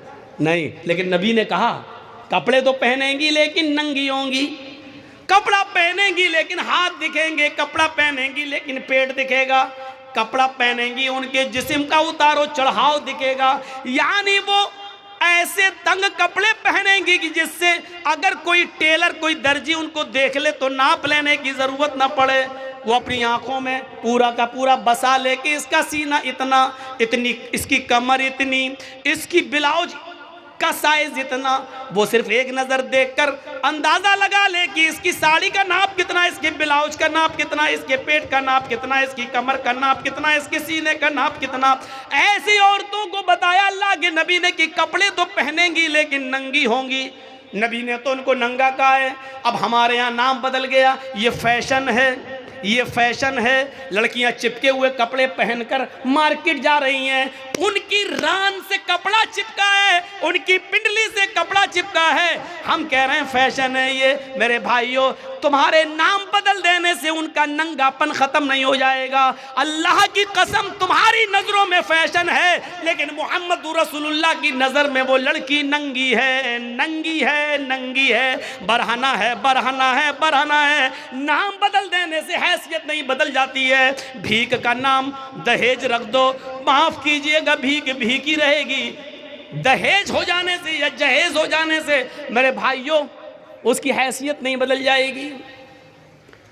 और जहेज किसको कहते हैं? दहेज तो हिंदी लफ्ज़ है, उर्दू में इसको कहते हैं जहेज। अगर देखा जाए तो जहाज़ा युजहिज़ु तजहीज़ उस सामान को कहते हैं जो मय्यत के साथ जाता है कब्रिस्तान तक। कहते नहीं तजहीज़ व तकफ़ीन हो गई उसकी, अरबी में बोला जाता है, उर्दू में कि उसकी तजहीज़, एक फ़लाँ आदमी मर गया, इंतकाल हो गया है, उसकी तजहीज़, उसकी तकफ़ीन 2 बजे होगी। इसका मतलब क्या है? तजहीज़ से बना है जहेज़। मरने वाले के साथ जो सामान जाता है, कफन अफन वगैरह, चारपाई वगैरह, इसको कहा जाता है जहेज़। आज वो जहेज़ शादी के बाद हमें मिलता है। ज़रा अंदाज़ा लगाइएगा कि कितना बुरा लफ्ज़ है जो मरने के बाद मय्यत के साथ जाता है, वो हम शादी के मौके पर लेते हैं जहेज़ के नाम पर। इतना सुनने के बावजूद भी वो पागल ही होगा जो तो कल शादी करे और फिर जहेज़ ले ले। ये सुनने के बाद भी। अब गौर करें आप, शादी हमारे यहां कैसी हो रही है। पहले बाराती पहुंच गए, अब चलो चोर और डकैत कह दिया, काफ़ी है, अब बाराती कह दे रहा हूँ, बार बार बुरा ना लगे। पहुंच गए, हो गया सब। लेकिन अल्लाह के रसूल के ज़माने में शादी कैसी होती थी, वो सारे वाक़यात आपके सामने हैं, सुने होंगे। एक औरत अल्लाह के नबी के पास आई और कहने लगी कि अल्लाह के रसूल, मैं आपसे शादी करना चाहती हूँ, इन्नी अहब्बु लक, मैं अपने आप को आपको हिबा कर रही हूँ। तो अल्लाह के नबी सल्लल्लाहु अलैहि वसल्लम ने क्या फरमाया? अब मुझे ज़रूरत नहीं है। वहाँ एक सहाबी बैठे हुए थे, फ़ौरन कहने लगे अल्लाह के रसूल, अगर आपको ज़रूरत नहीं है तो मेरे साथ करवा दीजिए इसकी शादी। कोई बुरी बात नहीं कही उन्होंने, मेरे साथ करवा दीजिए। अल्लाह के नबी ने कहा तुम करोगे? कहा हाँ, मुझे ज़रूरत है बीवी की। उस औरत से पूछा कि तुम इसके साथ करोगी? उसने कहा आपके लिए आई थी, अगर आप नहीं कर सकते तो इसके साथ कर दीजिए, मुझे तो घर बसाना है। तो अल्लाह के रसूल ने उस आदमी से, उस सहाबी से पूछा क्या दोगे इसको महर में? ये नहीं पूछा लड़की से तेरा बाप है, तेरा भाई है, क्या देगा इस सहाबी को, ये नहीं पूछा, बल्कि क्या पूछा उस सहाबी से, क्या दोगे इसको महर में? कहता महर में क्या दोगे? कुछ नहीं है मेरे पास। बुखारी की हदीस के अल्फाज है मा इंदी शैउन, मेरे पास कुछ नहीं है, कुछ नहीं है और शादी का सपना। आय हाय हाय, इस्लाम देखिए, इस्लाम कुछ नहीं है और शादी का सपना, कुछ नहीं है और शादी करना चाहता है। अल्लाह के नबी ने फरमाया ना ना ना, ऐसा मत कहो, कुछ नहीं है, घर जाओ, शायद कुछ सामान मिल जाए, लेकर आओ, वही इसको महर दे देंगे। हाँ हाँ ठीक है, मैं जा रहा हूँ। घर गया, अपनी माँ से, बाप से, भाई से, बहन से, सबसे पूछ डाला कुछ है? पता चला कुछ नहीं है। आया अल्लाह के रसूल, घर में कोई चीज़ नहीं मिली। आपने कहा देखो तुम शादी करने जा रहे हो, बीवी को कुछ तो महर देना पड़ेगा ना। पता चला महर नकद होना चाहिए, कुछ तो मिलेगा। कहने लगे कुछ नहीं मिला। अल्लाह के नबी ने कहा दोबारा जाओ। कहा जब कुछ है ही नहीं तो फिर दोबारा जाके क्या 50 बार भी जाऊंगा तो कुछ नहीं मिलेगा। कहा दोबारा जाओ, इल्तमिस खातमम मिनल हदीद, लोहे की अंगूठी मिल जाए तो वही ले आओ, सोने की नहीं, चांदी की नहीं, लोहे की अंगूठी जो आज 5-5, 6-6, 10-10 रुपए में हमें सड़कों पर मिल जाएगी। अगर लोहे की अंगूठी ही मिल जाए तो वही ले आओ, वही दे दो अपनी बीवी को, होने वाली बीवी को। वो कहता लोहे की अंगूठी, चलो जाता हूँ पूछता हूँ, मामूली चीज़ है, होगी घर में रखी होगी। वो दोबारा घर गया। वो सहाबी थोड़ी देर के बाद घर से वापस आते और कहते माँ वजद तो खातमम मिनल हदीद, अय अल्लाह के रसूल घर में बहुत कुछ ढूंढा, बहुत तलाश किया, लेकिन मुझे लोहे की अंगूठी भी नहीं मिली। मायूस हो गए। अल्लाह के रसूल भी बैठे कि इसके पास लोहे की अंगूठी भी नहीं है, अब ये कैसे क्या होगा। अब वो जाने लगा। अल्लाह के नबी ने कहा कहाँ जा रहे हो? क्या करूँगा बैठ के, जब निकाह ही नहीं हो सकता है, लोहे की अंगूठी भी नहीं है, कुछ नहीं है घर में, जा रहा हूँ खेती बाड़ी करूँगा, कुछ मेहनत करूँगा, मजदूरी करूँगा। माँ बूढ़ी है, उसकी जिम्मेदारी है मेरे ऊपर, बाप बूढ़े हैं, उनको खिलाता हूँ पिलाता हूँ, जा रहा हूँ काम धंधा करूँगा कुछ। अल्लाह के नबी ने कहा इधर आओ, बैठाया अपने पास, पूछा तुम्हारे पास कुछ नहीं है? कहा तो दिया नहीं है। लोहे की अंगूठी भी नहीं है? कहा नहीं है। कहा अच्छा सोचो, एक बार और सोचो, कुछ है? दिमाग दाओ। हाँ है। कहा क्या है? इंदी इजारुन, एक लुंगी है, तहबंद है एक। तहबंद है? लाओ लाओ लाओ लाओ, इसको दे दो, चलो वही दे दो। क्या कहता है मालूम है? वही दे दो। जब वो दे दूंगा तो मैं क्या पहनूंगा? जब सोता हूं तो वही तो पहनता हूं घर पे। जब इसको दे दूंगा तो मेरे पास क्या रहेगा? तो अल्लाह के नबी ने कहा फिर क्यों कह रहे हो कि कुछ है? कहा आपने पूछा तो मैंने कह दिया वही है, उसको मैं पहन के सोता हूं, तो फिर उसको वो भी नहीं दे सकते हो? तो उसने कहा पूरा नहीं दे सकता हूं, 2 टुकड़े कर देता हूं, आधा दे दूंगा इसको। अब अल्लाह के रसूल की मुस्कुराहट निकल गई, हंसी आ गई। आधा दोगे बेचारी, आधा का क्या करेगी वो? आधा किस काम का? और जब फाड़ दोगे तो आधा तुम क्या करोगे? तुम्हारे किस काम का? किसी काम का हो या ना हो, कम से कम खेत में बिछा तो लेंगे, बैठ तो जाएंगे। बांधने के लायक नहीं रहेगा तो क्या हुआ, कम से कम जमीन पर बिछा के बैठ तो सकते हैं। पूरा नहीं दे सकता हूं मैं, दूंगा तो आधा। अल्लाह के नबी ने कहा आधा ना उसके कोई काम का, ना आधा तेरे कोई काम का। नहीं ये तो नहीं लूंगा। अच्छा ये बताओ कुरान कितना याद है? ओहो नौजवानों सुनो, वीडियो बनाने वालों सुनो, अपने अपने कैमरों में कैद करने वालों सुनो, सुनना और पूरी तकरीर मत सुनना, बस वही सुनते रहना कि सबसे बड़ा सख्त अजाब उसको होगा जो दुनिया में तस्वीर है। पूरी तकरीर मत सुनना, बस यही सुनते रहना। ये जुमले तुम्हें थप्पड़ मारते रहेंगे जब तक दूसरे साल हमें बुला नहीं लो, तब तक वही हदीस तुम्हें थप्पड़ मारती रहेगी कि हम क्या क्या करते हो, कितने बड़े बड़े गुनाह करते हैं। सुनो, कहा कुरान तुम्हें कितना याद है। हाय सोना नहीं, चांदी नहीं, कपड़ा नहीं, दौलत नहीं, यहां तक कि बीवी को देने के लिए लोहे की अंगूठी भी नहीं। इतना गरीब घर का सहाबी, लेकिन जब उससे पूछा कि तुम्हें कुरान कितना याद है, सर उठाता है, कहता है अल्लाह के रसूल मुझे सूरह मुल्क याद है, मुझे सूरह हश्र याद है, मुझे सूरह जुमा याद है, मुझे सूरह मुनाफिकून याद है, मुझे सूरह नबा याद है, मुझे सूरह क़यामा याद है। अल्लाह के नबी ने फरमाया क्या तुम्हें इतनी सूरतें याद हैं? कहा हाँ। आपने कहा क्या तुम मुझे मुंह ज़बानी बगैर देखे सुना सकते हो? उसने कहा। आपने कहा इतनी सूरतें तुम्हें याद हैं? उसने कहा हाँ। कहा फिर ये क्यों कहते हो कि मेरे पास कुछ नहीं है? तुम्हें इतनी सूरतें याद हैं, क्या तुम इन सूरतों को अपनी बीवी को याद करा दोगे? इस औरत को याद करा दोगे जिसके साथ मैं तुम्हारा निकाह करना चाहता हूँ? उसने कहा हाँ मैं करा दूंगा। उस औरत से पूछा अगर तेरे शौहर के तेरे निकाह के मेहर में अगर कुरान की इन सूरतों को मैं मेहर बना दूं और इन्हीं सूरतों को तू अपना मेहर मान ले, तो क्या तू इससे निकाह कबूल कर लेगी? क्या इन कुरान की सूरतों को अपना मेहर मान लेगी? कहने लगी रोते हुए हाय अल्लाह के नबी, जिस औरत की शादी में, जिस औरत के निकाह में कुरान की सूरतें मेहर बन जाएं, उससे ज्यादा बाबरकत निकाह किसका हो सकता है? उससे ज्यादा पाकीज़ा निकाह किसका हो सकता है? फिर अल्लाह के नबी ने उन सूरतों को ही मेहर बना दिया और उसके बाद निकाह पढ़ा दिया। उस औरत का ना कोई बाप था, ना चचा था, ना भाई था, इसलिए खुद अल्लाह के रसूल काजी की हैसियत से उसके वली बन गए, सरपरस्त बन गए और आपने उसका निकाह करके उसी दिन भेज दिया। न बारात का पता था, न उबड़ने का पता था, न हल्दी का पता था, न मेहंदी का पता था, न लड़कियां लड़के को देखने आई हैं, न लड़की वाले देखने आए। वहीं पर निकाह हुआ और सब कुछ हो गया सारा।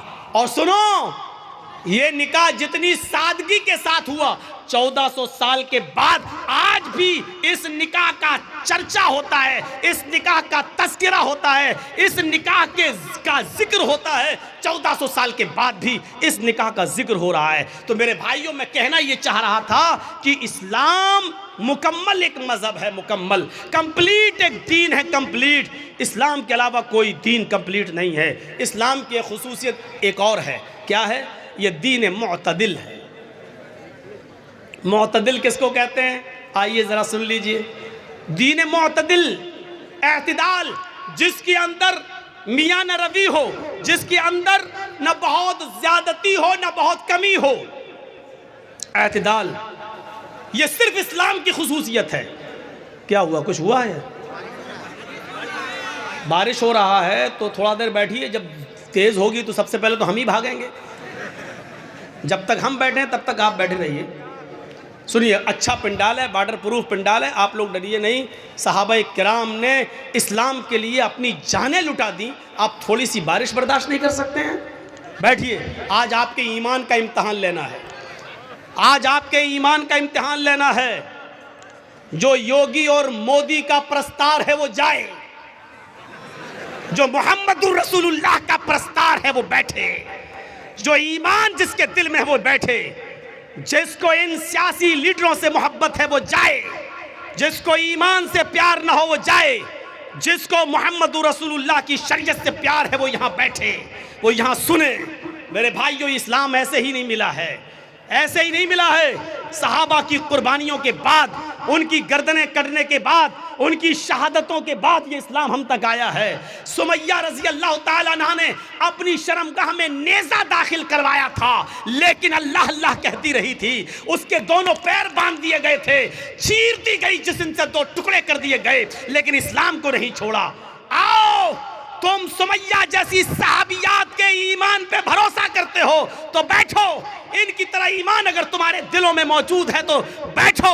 और देखता हूं कि कौन है जो बारिश के चंद कतरों से डर के भागता है, और कौन है जो अपने ईमान की मजबूती का सबूत पेश करता है। मेरे प्यारे साथियों, आपको बैठना होगा और जिसको जाना हो जाए। जिसके जेब में नोटों की गड्डी हो और बारिश के कतरों से उसके भीग जाने का डर हो वो जाए यहाँ से।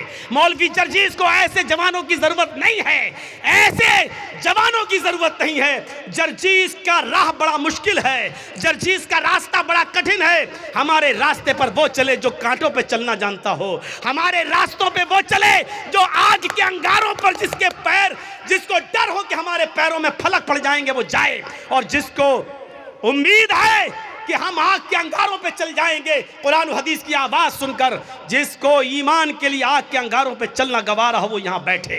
अब देखता हूँ कि किसके ईमान में कितनी ताकत है और किसका ईमान कितना कमज़ोर है। मैंने दोनों चीज़ें बता दी हैं आपके सामने। इस्लाम एक दीन मुअतदिल है, मियाँ न रवी, बराबरी, इसके अंदर ना ज़्यादती है ना कमी है। सुनिए, इस्लाम की पहली बुनियाद 5 चीज़ों पर जो रखी गई है, उसकी पहली बुनियाद क्या है? कलमा तैयबा, ला इलाहा इल्लल्लाह मुहम्मदुर रसूलुल्लाह। ये कलमा पढ़ना ज़रूरी है, लेकिन किसी को ज़बरदस्ती पढ़वा कर उसको मुसलमान करना इस्लाम के अंदर हराम है। इसके बाद इस्लाम की दूसरी बुनियाद आती है नमाज। नमाज फ़र्ज़ है, बहुत ज़रूरी है, लेकिन अपना काम धंधा छोड़ के 24 घंटे सजदों पे सजदे ठोके रहना, ये इस्लाम ने इसको जायज़ करार नहीं दिया है। जुमे की नमाज फर्ज है हर मुसलमान मर्द पर, आकिल और बालिग पर, लेकिन जुमे की नमाज के लिए सुबह आ जाओ और शाम तक मस्जिद में रहकर सजदों पे सजदे करते रहो, ये नहीं सिखाया। बल्कि कहा फ़ैज़ा क़ुज़ियतिस सलातु फ़ंतशिरू फ़िल अर्ज़, जब नमाज जुमा हो जाए तो आप मस्जिद खाली कर दो और रिक्शा चलाओ, लकड़ियाँ इकट्ठी करो, जंगलों से ला कर बाजार में बेचो, मेहनत करो, मजदूरी करो, खेती करो, बाड़ी करो, और अपनी बीवी और बच्चों का पेट पालो, उनके लिए मेहनत और मजदूरी करो। इस्लाम ने ये शिक्षा दी है। नमाज फ़र्ज़ है, लेकिन 24 घंटे सजदा करना इस्लाम के अंदर जायज़ नहीं है। ज़कात गरीबों की बहुत बड़ी हमदर्दी है। आपके पास एक लिमिट है, हिंदू धर्म में भी ज़कात है लेकिन लिमिट नहीं है। ये इस्लाम लिमिट मुतय्यन करता है, कितना सोना होना चाहिए तब कितनी ज़कात होगी, चांदी कितनी होनी चाहिए तब उस पर ज़कात होगी। सोना और चांदी नहीं है लेकिन पैसा है, कितना पैसा होगी उस पर ज़कात होगी। आपके पास मछलियों की तालाब है तो कितनी मछलियाँ होनी चाहिए जिस पर आपके पास ज़कात होगी। आपके पास बकरियां कितनी हैं कि जिस पर क्या आपके ऊपर ज़कात फ़र्ज है। आप खेती बाड़ी करते, कितना धान होना चाहिए कि आपके ऊपर ज़कात है, कितना गेहूं होना चाहिए कि उस पर आप ज़कात देंगे। बारिश के पानी से खेती पैदा हुई है तो उस पर कितनी ज़कात है। बारिश नहीं हुई है, आपने पैसा दे देकर पानी खरीद कर खेतों में दिया है तो उसके पानी से जो पैदावार हुई उस पर कितनी ज़कात है। इस्लाम ने एक एक चीज़ को कंप्लीट कर दिया और बता दिया है। मौका नहीं है कि इन सारी चीज़ों को आपके सामने रखा जाए, आपके सामने रखा जाए। आप अपने जिस मकान में रहते हैं उस पर ज़कात है या नहीं। एक मकान के अलावा 2-3 प्लाट आपने और ख़रीद रखे हैं, उस पर ज़कात है या नहीं। अगर वो मकान प्लाट आपके हैं तो उस पर ज़कात है या नहीं। अगर उसको बेचने के लिए रखे हैं, आप उसको बेचेंगे, बिजनेस कर रहे हैं, उसको बेचकर फिर दूसरा खरीदेंगे तो बेचने की नीयत से जो आपने ज़मीन और प्लाट खरीदे हैं तो उस पर ज़कात है या नहीं। है तो कितनी है। आप कपड़े का कारोबार करते हैं, उस पर ज़कात है या नहीं। जिस दुकान में बैठते हैं उस पर ज़कात है या नहीं। दुकान पे जो माल रखा है उस पर ज़कात है या नहीं। ये तमाम चीज़ें इस्लाम ने बता दी हैं। इसलिए कहते हैं कि इस्लाम एक मुकम्मल मज़हब है जो किसी दूसरे धर्म के अंदर आपको नहीं मिलेगा। इतना लिखा गरीबों को दो, कितना दो, कुछ नहीं। करोड़ों वाला 1 रुपया दे के भी निकल जा, हो गया। लेकिन इस्लाम में अगर 1 लाख रुपया तुम्हारे पास है तो 2,500 देना पड़ेगा।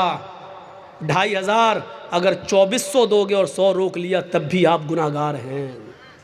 याद रखिएगा, 1 लाख है, 2500 आप पर ज़कात बन रही है।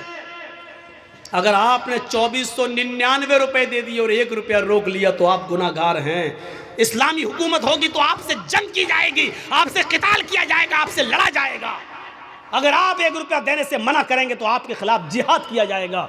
मेरे भाइयों सोचो, ये इस्लामी रूल्स हैं। ये बड़े बैठे बड़े बड़े चौधरी और सरमायादार, बड़ी बड़ी बिल्डिंगों के मालिक, आज जिनके पास करोड़ों की मिल्कियतें हैं, हिसाब लो तुम ज़कात देते हो या नहीं देते हो अपने माल की पूरी पूरी।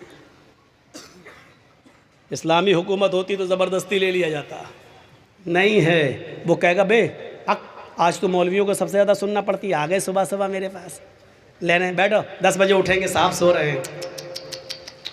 अल्लाह का शुक्र अदा करो कि इन मौलवियों ने तुम्हारे लिए बहुत आसानी पैदा कर दी, वरना जिम्मेदारी तुम्हारी थी मदरसों में पैसा पहुंचाने की। ये तुम्हारे घर आकर तुम्हें अज़ाब इलाही से बचा रहे हैं, तुम्हारे घर आकर। और तुम इन मौलवियों के बारे में कहते हो कि जाओ सुबह आना, जाओ 10 बजे आना, अभी हम सो रहे हैं। ये ज़मीन कहीं फट न जाए और आए अमीर आदमी, आए चौधरी, कहीं तो इस ज़मीन के अंदर धस न जाए, धस न जाए। मौलवियों की 2 साल कोरोना रहा, कभी आपने सोचा उलमा का क्या हुआ बेचारों का? जो मदरसे बंद हुए उनका बारे में सोचा कभी आप? एक मौलाना साहब मस्जिद में दुआ कर रहे हैं, वो वीडियो बड़ा वायरल हो रहा है। 26 साल तक उन्होंने किसी मस्जिद में इमामत की, 26 साल के बाद उनकी तनख्वाह कितनी हुई? 12,000। 12,000। अब वो मस्जिद में जुमा पढ़ाने के बाद, जुमा ख़त्म करने से पहले दुआ कर रहे हैं, अल्लाह 26 साल मैंने इस मस्जिद में जुमा पढ़ाया है, इस मस्जिद में नमाज़ पढ़ाई है, आज मेरी तनख्वाह 12,000 है। जितनी मेरी तनख्वाह है उतनी तनख्वाह, उतना ही कारोबार, उतनी ही दौलत का मालिक मस्जिद के सेक्रेटरी को बना दे, मदरसे के सेक्रेटरी को बना दे, मस्जिद के मुतवल्ली को बना दे। सब चुप। उसने कहा आमीन बोलो, आमीन बोलो। कोई आमीन ही नहीं बोल रहा। क्यों, क्या हुआ? तुम्हें ये दुआ बुरी लग रही है तो कम से कम मौलवियों के बारे में भी तो सोचो। 12 साल से उसकी तनख्वाह 3,000 4,000 से आया, 12 साल 26 साल में उसकी तनख्वाह 12,000। ये कौम का हाल है जो अपने इमाम की कदर न कर सके, जो अपने इमाम की तनख्वाह ना बढ़ा सके, जो अपने इमाम को खाता और पीता हुआ ना दे सके, वो इस्लाम के लिए क्या कुर्बानी देगा? कौन करेगा उनकी देखरेख? मैंने कहा ना, 4 लाख मदरसे, 50 लाख उलमा, नतीजा 2% मुसलमान। नमाज फर्ज है, दिन भर मुसल्ला बिछाकर नमाज पढ़ने की इजाजत नहीं। ज़कात फर्ज है, लेकिन इस्लाम ने यह भी नहीं कहा कि तुम्हारे पास जो कुछ सब गरीबों में दे दो और ख़ुद फ़कीर बन जाओ, ये भी जायज़ नहीं है। देख रहे हैं आप, और जो ऐसा करता है वो बेवकूफ़ और पागल है। इस्लाम ने जितना बताया उतना दो, उसके बाद जो और दे सकते हो वो तुम्हारा सदका और खैरात होगा। ज़कात जितनी बनती है उतनी तो दो कम से कम, लेकिन पूरा का पूरा सब कुछ लुटा देना और अपने आप को कंगाल कर देना, इस्लाम ने ये नहीं सिखाया। आखिरी चीज़ है इस्लाम की हज, बहुत बड़ी नियामत है, हज फर्ज है। अगर आपके पास इस वक्त हज की इस्तिताअत हो गई है, लेकिन 2 साल के बाद आपकी बेटी की शादी है और आप हज का फार्म नहीं भर रहे हैं, तो आप गुनाहगार हैं।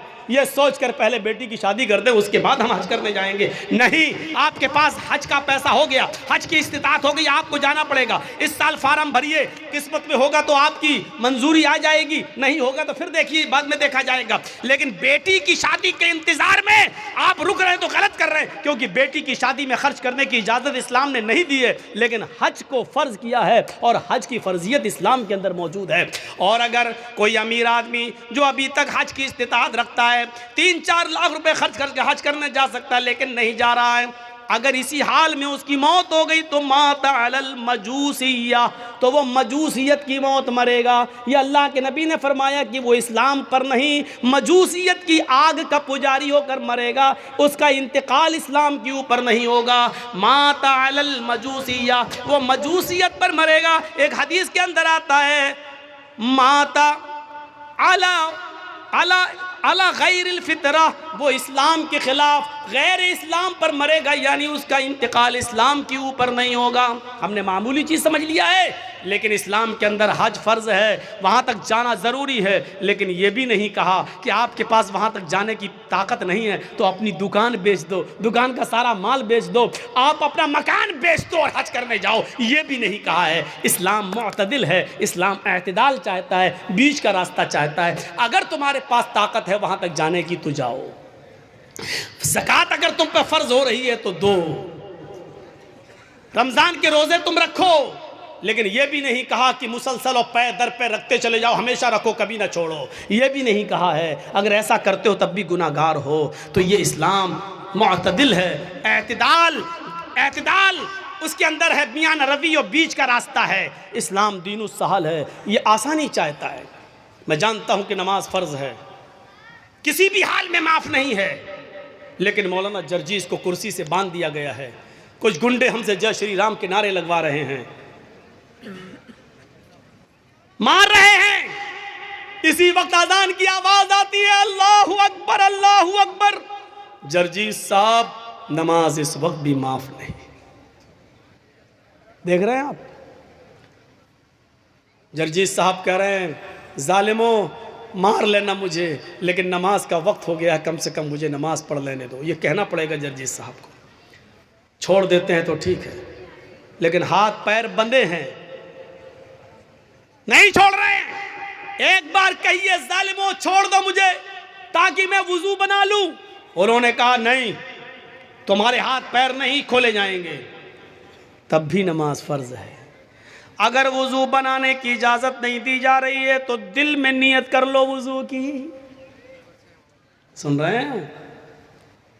मार पड़ रही है, दुश्मन सामने खड़ा है, नौजवानों तुम्हारे ऊपर तो ये कुछ भी नहीं हो रहा है और फिर भी तुम सोते रहते हो, बने हो मोहम्मद असलम, मोहम्मद अकरम, मोहम्मद अजहर, मोहम्मद फला। ओह सुनो, मार लग रही है, डंडों पे डंडे बरसाए जा रहे हैं, थोड़ी देर बाद हमारी रूह निकल जाएगी, क्योंकि लिंचिंग करने वालों ने हमें छोड़ा नहीं है, मार मार के मार ही डाला है। इनको नशा है किसी ताकत का, इनको नशा है किसी के पावर में होने का। इनको मालूम है कि हम कुछ भी कर लें, हमारी कितनी वीडियो बन जाए, हमारे ऊपर जिसका हाथ है वो कुछ नहीं होगा। न पुलिस हमारी FIR करेगी, और करेगी भी तो सरकार हमारे मुकदमे वापस ले लेगी। इनको मालूम है ये सब कुछ, उस नशे ने इनको मजबूर कर दिया। लेकिन नमाज इस हाल में भी पढ़ना पड़ेगी। आसानी क्या है? नमाज फ़र्ज़ है, ये सख्ती है। लेकिन आसानी क्या है? अगर वो तुम्हें वुज़ू नहीं बनाने दे रहे हैं तो तुम दिल में नीयत कर लो वुज़ू की। अगर वो तुम्हें खोल नहीं रहे, क़िबले की तरफ तुम्हारा चेहरा नहीं करने दे रहे हैं, तो दिल में नियत कर लो, अगर मेरा चेहरा खुला होता तो मैं किबले की तरफ कर लेता। आय अल्लाह, मेरे लिए किबला आज बदलने की ताकत नहीं है, मेरे लिए ये लोग मेरा चेहरा किबले की तरफ नहीं कर सकते। लेकिन आइनमा तवल्लु वजूहकुम, हम जहां कहीं भी हैं, जिस तरफ भी मेरा चेहरा है, तू तो अपने इल्म के एतबार से हर जगह है। आय अल्लाह, मेरी नीयत को ही मेरे लिए किबला बना दे। लेकिन नमाज फिर भी पढ़ना पड़ेगी। अल्लाहु अकबर कहने के लिए हाथ नहीं उठ रहे हैं, हाथ पैर बांध दिए गए हैं, तो जबान से ही कह दो अल्लाहु अकबर। हाथ नहीं बांध पा रहे हो तो मत बांधो। अब अगर तुम्हें हाथ बांध कर दुआएं नहीं पढ़ने का मौका मिल रहा है तो ऐसे ही पढ़ते रहो जबान से, अल्हम्दुलिल्लाहि रब्बिल आलमीन अर्रहमानिर रहीम मालिकी यौमिद्दीन। नमाज इस हाल में भी तुम्हें पढ़ना पड़ेगी। आसानी यह है कि जिस कंडीशन में हो उसी कंडीशन में पढ़ लो, लेकिन माफ नहीं है। सहूलत भी देखो, वुजू के लिए वुजू नहीं बनाने दिया जा रहा है तो दिल में नियत कर लो, हो गया। यह है आसानी। इस्लाम दीन सहल है, इतनी आसानी दुनिया की किसी मजहब के अंदर नहीं है। सफर में रमजान का रोजा नहीं रख सकते हो, सफर में है, जा रहे हो, छोड़ दो, कोई मुज़ायका नहीं। व इन कुंतुम फी सफरिन, अगर तुम सफर में हो तो तुम उस रोजे को छोड़ दो। जब सफर पूरा हो जाए, बाद में जितने रोजे तुम्हारे छूटे हैं वो रमजान के बाद उन्हें पूरे कर लो। मेरे भाई, ये कुरान इस बात की इजाजत देता है, शरीयत इस बात की इजाजत देती है। और आज तुम्हें एक आसानी दीन के अंदर सहूलत का एक मंजर दिखाऊं कि एक सहाबी अल्लाह के नबी के पास आए और आकर कहने लगे, अल्लाह के नबी मैं तो बर्बाद हो गया। अल्लाह के नबी ने कहा क्या हुआ? कहा मैं बता नहीं सकता हूँ। कहा बता नहीं सकता हो तो रास्ता कैसे निकलेगा तेरे लिए? कहा अल्लाह के नबी शर्म आती है, कैसे बताऊँ? कहा इन्न अल्लाह ला यस्तही मिनल हक़, अल्लाह ताला हक़ बात से नहीं शर्माता। उसने कहा अल्लाह के रसूल, रोज़े की हालत में बीवी से हम बिस्तरी कर ले। रमज़ान का रोज़ा था, रोज़ा फ़र्ज़ रोज़ा मैं रखा हुआ था और रोज़े की हालत में बीवी से हम बिस्तरी कर ली। अल्लाह के नबी ने कहा ओफ, तो चलिए हो गई गलती, कोई बात नहीं, कफ़ारा अदा कर दो। कफ़ारा मतलब प्रायश्चित, कफ़ारा अदा कर दो, उसका दंड है, इस्लाम ने बताया है, वो पूरा कर लो। कहने लगा नहीं मालूम क्या है। अल्लाह के नबी ने कहा एक गुलाम आज़ाद कर दो। एक गुलाम, उस ज़माने में आदमी औरतें बेचे जाते थे, ख़रीदे जाते थे। अल्लाह के नबी ने कहा एक गुलाम आज़ाद कर दो। कहता गुलाम कहाँ? कहा अल्लाह के रसूल मुझे तो ख़ुद दूसरे की ज़िंदगी हो गई, गुलामी करते करते दूसरे की गुलामी करते करते पूरी ज़िंदगी हो गई हमारी। मैं कैसे गुलाम खरीद के आज़ाद कर दूँ? नहीं कर पाऊँगा। अल्लाह के नबी सल्लल्लाहु अलैहि वसल्लम ने फरमाया अच्छा तू गुलाम आज़ाद नहीं कर सकता? का नहीं, तो दूसरा ऑप्शन भी है। का क्या है? का तुम 60 रोज़े रखो, शहरैनी मुतताबिऐन, मुसलसल, कंटिन्यू, रेगुलर। कितने रोज़े रखो? 60। उसने कहा 60? का ये भी नहीं हो पाएगा, वो भी कंटिन्यू समझ रहे हैं ना? अगर 55 रोज़े 55 रोज़े रख लिए और एक छोड़ दिया, नहीं एक दिन सस्ताले बाद में फिर रखेंगे, एक छोड़ दिया तो 55 बेकार, अब फिर 1 से 60 रखो। अगर बुखार आ गया, बीमार हो गए, कोई बात हो, वो एक अलग बात है, वो एक मजबूरी है। लेकिन सोचो जो लोग रोज़े की हालत में, जिनकी नई नई शादी होती है, इसलिए उनसे कहा कि ज़्यादा रोज़े की हालत में थोड़ा दूर ही रहो। रोज़े की हालत में बीवी से क्यों कहा? क्योंकि नई नई शादी हुई है, थोड़ा करीब आओगे, दिल बहक गया, कहीं ऐसा ना हो कि रोज़ा ही ख़राब कर बैठो। तो अल्लाह के नबी सल्लल्लाहु अलैहि वसल्लम ने मना किया है, रोज़े की हालत में ज़्यादा करीब मत हो। रात पूरी पड़ी है, दिन में करीब मत हो।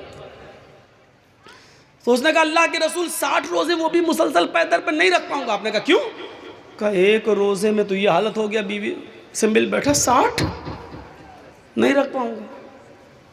एक रोज़े पे तो सब्र नहीं हो सका, 60 में कौन कर लेगा? नहीं हो, ये भी नहीं हो, मेरी ताकत से बाहर है। अल्लाह के नबी ने कहा अच्छा तो तीसरा ऑप्शन भी है तुम्हारे लिए। कहा क्या? आपने कहा 60 मिस्कीनों को खाना खिलाओ। बड़ा दिलचस्प वाकया है, 60 मिस्कीनों को खाना खिलाओ। कहता है 60? कहाँ? अल्लाह के रसूल आपको मालूम नहीं है कि मैं किस बस्ती से आया हूँ? कहा किस बस्ती से आए हो? कहा अल्लाह के रसूल मैं फ़ला फ़ला बस्ती का रहने वाला हूँ और मेरा हाल ये है कि सुबह अगर खा लेता हूँ तो शाम को भूखा सोता हूँ, और शाम को अगर खाने को मिल जाए तो सुबह नहीं मिलता है।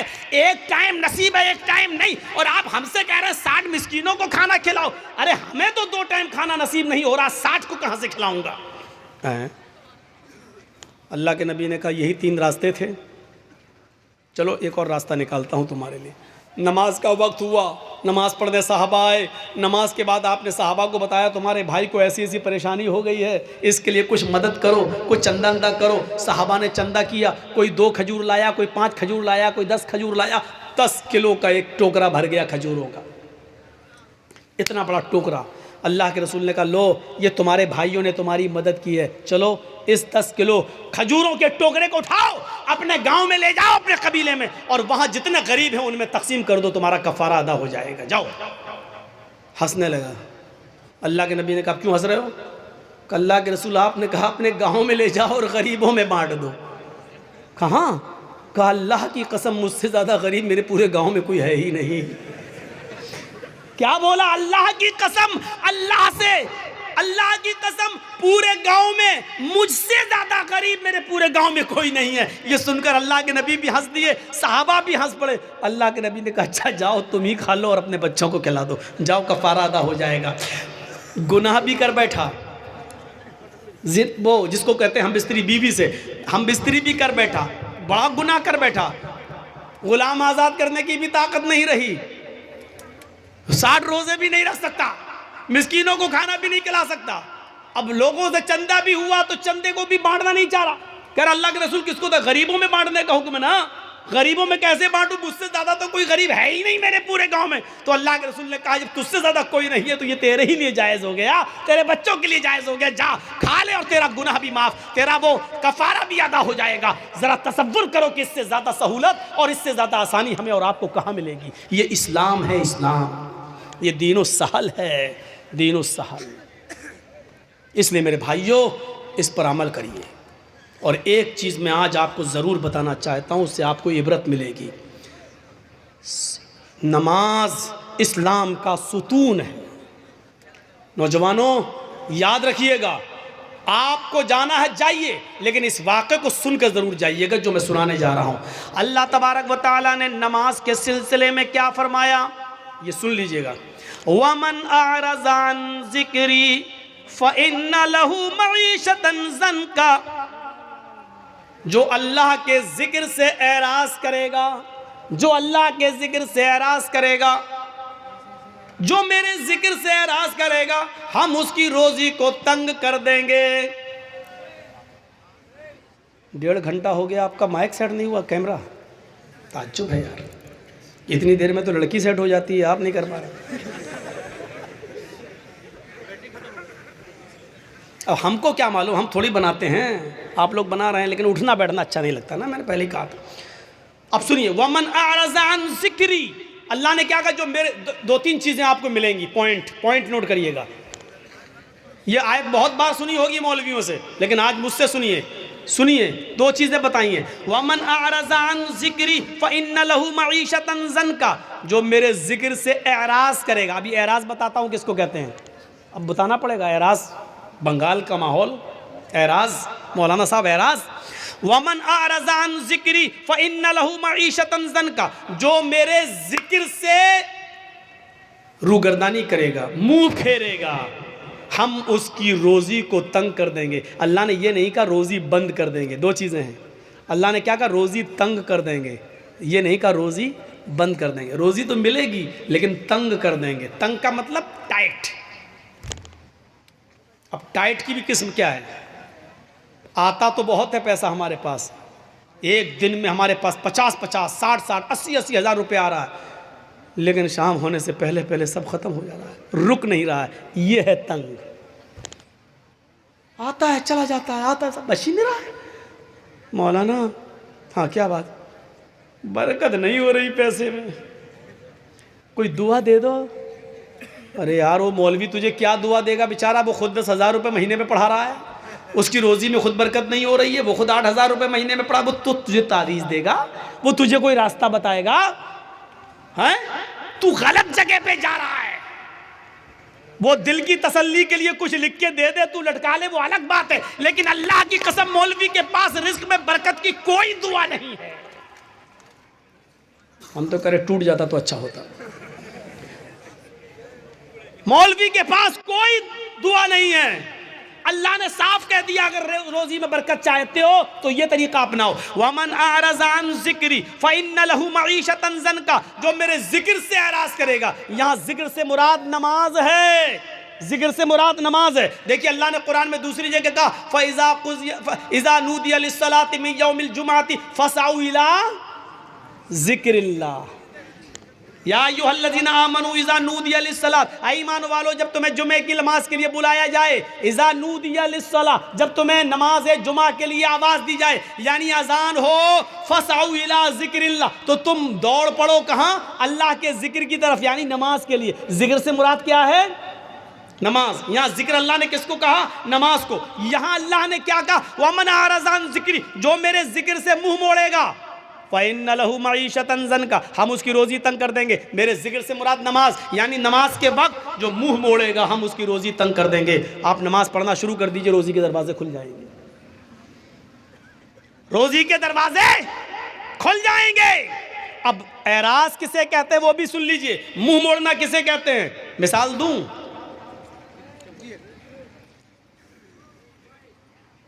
हमारे नोट भीग गए, हमारे पास 2-2 हज़ार के नोट की एक गड्डी है और रखी हुई है घर के आंगन में, खुला हुआ है, और बारिश हो रही है, हम कैरम बोर्ड खेल रहे हैं। लोगों ने कहा रे बारिश हो गई है, वो देखो वो देखो वो देखो, नोट भीग रहे हैं। इसको कहा जाएगा नोटों से एराज़ करना। नहीं समझे? एक और मिसाल समझाता हूं। बच्चा रो रहा है, भूखा है, बच्चा रो रहा है, भूखा है, उसको मां के दूध की जरूरत है, और उस बच्चे की मां टीवी का सीरियल देख रही है। कौन? वो क्या, सास भी कभी बहू थी, टीवी का सीरियल देख रही है। बच्चा रो रहा है और माँ टीवी के सीरियल में लगी हुई है। नहीं नहीं, बच्चे को उठाऊंगा, दूध पिलाऊंगी तो ये समझ नहीं पाऊंगी, ये बच्चा रो रहा है, माँ देखने में लगी है। इसको कहते हैं बच्चे से एराज़ करना, यानी माँ को टीवी के सीरियल की फिक्र ज़्यादा है, बच्चे की फिक्र ज़्यादा नहीं है। हालांकि बच्चे को फेंक नहीं रही है, बच्चे को भगा नहीं रही है, बच्चे को घर से मार भी नहीं, हट चुप चुप पहले देखने दे, चुप चुप, मार भी नहीं रही, लेकिन रोने दे रही है, परवाह नहीं कर रही है, टीवी देखने में लगी है। इसको क्या कहा जाएगा? इसने बच्चे से मुंह फेर लिया, इसने बच्चे से एराज़ कर लिया। समझ गए ना? मसलन घर में आग लग गई है, हम क्रिकेट खेल रहे हैं, किसी ने बताया तुम्हारे घर में आग लग गई है, फौरन क्रिकेट छोड़ के हमें घर जाना चाहिए। जितना बच गया उसको बचाना चाहिए, जितना जल गया उसके बनाने की फिक्र होनी चाहिए कि नहीं हम इसको बनाएं। उसकी फिक्र नहीं कर रहा है, जो कुछ बच सकता है पानी वानी डाल के उसको बचाना चाहिए, लेकिन नहीं बचा रहा है, क्रिकेट खेलने में लगा है। इसका मतलब क्या है? उसने अपने घर से एराज़ कर लिया। अब समझ गए होंगे आप कि नमाज से एराज़ का मतलब क्या है। नमाज से एराज़ का मतलब ये है, यहाँ हम कैरम बोर्ड खेल रहे हैं और वहाँ मुअज्जिन कह रहा अल्लाहु अकबर अल्लाहु अकबर, हम अल्लाहु अकबर की आवाज़ सुनकर भी कैरम बोर्ड खेलने में लगे हैं। इसका मतलब यह है कि हमने नमाज से एराज़ कर लिया है। हम नमाज का इनकार नहीं कर रहे हैं, लेकिन नमाज के वक्त हम नमाज पढ़ने नहीं जा रहे हैं। यह है नमाज से एराज़। यहाँ मैच हो रहा है, इंडिया पाकिस्तान का मैच आ रहा है, यहाँ अज़ान की आवाज़ आती है, हय्या अलस्सलाह, आओ नमाज के लिए। हम सोच रहे हैं यार 5 ओवर बाकी रह गया है, हम ये देख लें। अगर ये नहीं देखेंगे, अगर नमाज पढ़ने जाते हैं तो मैच का लुत्फ नहीं ले पाएंगे। कौन हारा कौन जीता ये तो पता चल जाएगा, लेकिन मैच का एक एक बॉल का जो मज़ा लेना है और एक एक बैट शॉट का जो मज़ा लेना वो देखकर ही मिलेगा। हमें मालूम है 5 ओवर बह गए हैं, लेकिन 5 ओवर के देखने के चक्कर में हमारी जमात चली जाएगी। ऐसे मौके पर जमात को नजरअंदाज कर देना और मैच को देखते रहना, यह है नमाज से एराज़। यह है नमाज से एराज़। जो नमाज से एराज़ करेगा हम उसकी रोज़ी को तंग कर देंगे। जिन लोगों की रोज़ी तंग है, यानी पैसा तो बहुत आता है लेकिन रुकता नहीं है, दुनिया का कोई भी मुल्ला और कठ मुल्ला तुम्हें कोई तावीज़ नहीं दे सकता है। अगर तुम्हें अपना इलाज करना है तो नमाज से एराज बंद करो, अजान की आवाज़ सुनते ही फौरन मस्जिद की तरफ जाओ और नमाज की अदायगी करो। अल्लाह से के जिक्र से एराज का भयानक अंजाम क्या होता है, उस अंजाम की तरफ मैं तुम्हें लाना चाहता हूं। आपने नाम सुना होगा, उत्तर प्रदेश में एक ज़िला है जिसका नाम है गाज़ियाबाद। बाई रोड जब आप गाज़ियाबाद से दिल्ली जाएंगे, बाई ट्रेन की बात नहीं कर रहा हूं मैं, बाई रोड जब आप गाज़ियाबाद से दिल्ली जाएंगे तो गाज़ियाबाद और दिल्ली के बीच में एक कस्बा पड़ता है जिसका नाम है लोनी, जिसका नाम है लोनी। मुसलमानों की अक्सरियत यहाँ रहती है, मुसलमान ज़्यादा इस बस्ती में रहते हैं और सब अल्लाह का शुक्र है ज़्यादातर दौलतमंद, पैसे वाले और बड़ी बड़ी कोठियों के मालिक। सन 1995 की बात मैं बता रहा हूँ, 1995 की। सुनिए अल्लाह के ज़िक्र से एराज का नतीजा क्या होता है। अल्लाह का जिक्र से, नमाज से के वक्त जो नमाज नहीं पढ़ता है तो उससे मुंह मोड़ने का नतीजा क्या होता है, ज़रा सुनिएगा आप। सन 1995 के अंदर, 1995 के अंदर इस गांव के अंदर दो सगे भाइयों की शादी होने वाली थी। दो सगे भाइयों की बारात लोनी से हटकर एक दूसरे गांव में जाना थी और लड़कियां दोनों उसी गांव की थी।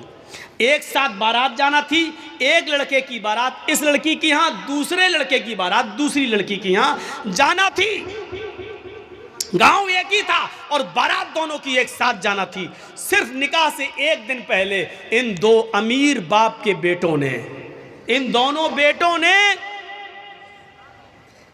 सोचा क्यों ना हम अपने यार और दोस्तों को बुलाकर आज की रात को रंगीन कर लें और डांस करवा लें, नाच करवाएं, गाने से हम अपनी महफिल को सजाएं। तो इन लोगों ने दिल्ली जाकर, दोनों भाइयों ने दिल्ली जाकर दिल्ली से कुछ तवाइफों को पैसा दिया और पैसा देकर उनको रात भर गाने के लिए और नाचने के लिए वहाँ से बुक कर लिया और उनको ले आए। इन दोनों भाइयों की गाड़ी आगे आगे चल रही है और तवाइफों की गाड़ी पीछे पीछे चल रही है। लोनिया जाती है, इशा की नमाज हो चुकी है, महफिल सज गई है, यार दोस्त भी आ गए हैं, पूरे घर के अंदर दोस्त भरे पड़े हैं। दिल्ली से जो तवाइफें आई थी उन्होंने अपना कार्यक्रम शुरू कर दिया। कार्यक्रम शुरू हो गया, नाच शुरू हो गया, गाना शुरू हो गया। तवाइफों ने अपने ठुमके दिखाना शुरू कर दिया, अपनी कमर मटकाना शुरू कर दी। गाने में एक से एक बेशरम और बेहया गाने गाने लगे। ये दोनों भाई और उनके यार दोस्त मजे ले लेकर उस रात का मजा ले रहे हैं, उन तवाइफों के छलकते हुए जिस्म और उनकी कमर के मटकने का और ठुमकों का आनंद ले रहे हैं। रात कब गुजर गई पता नहीं चला, रात कब गुजर गई पता नहीं चला। सुबह फजर की आजान की आवाज आने लगती है, अल्लाहु अकबर, अल्लाहु अकबर, अल्लाहु अकबर, अल्लाहु अकबर। इन दोनों भाइयों के मकान से कोई 200-300 मीटर की दूरी पर मस्जिद है और उस मस्जिद से एक मुअज्जिन आज़ान दे रहा है। उसकी आज़ान की आवाज़ इस घर में भी आ रही है जहाँ नाचो गाना हो रहा है। उन तवाइफों ने जब आज़ान की आवाज़ सुनी तो अपने पायलों की छनकार रोक दी, अपने कमर का ठुमका छोड़ दिया। वो थोड़ी देर के लिए आज़ान को सुनती हैं और खामोश हो जाती हैं। इन दोनों भाइयों ने देखा कि इन तवाइफों ने नाचना छोड़ दिया, इन्होंने गाना छोड़ दिया, ये सीधी खड़ी हो गई हैं। इन तवाइफों के खड़े हो जाने से और खामोश हो जाने से उन दोनों भाइयों को बहुत गुस्सा आया। दोनों भाइयों ने उन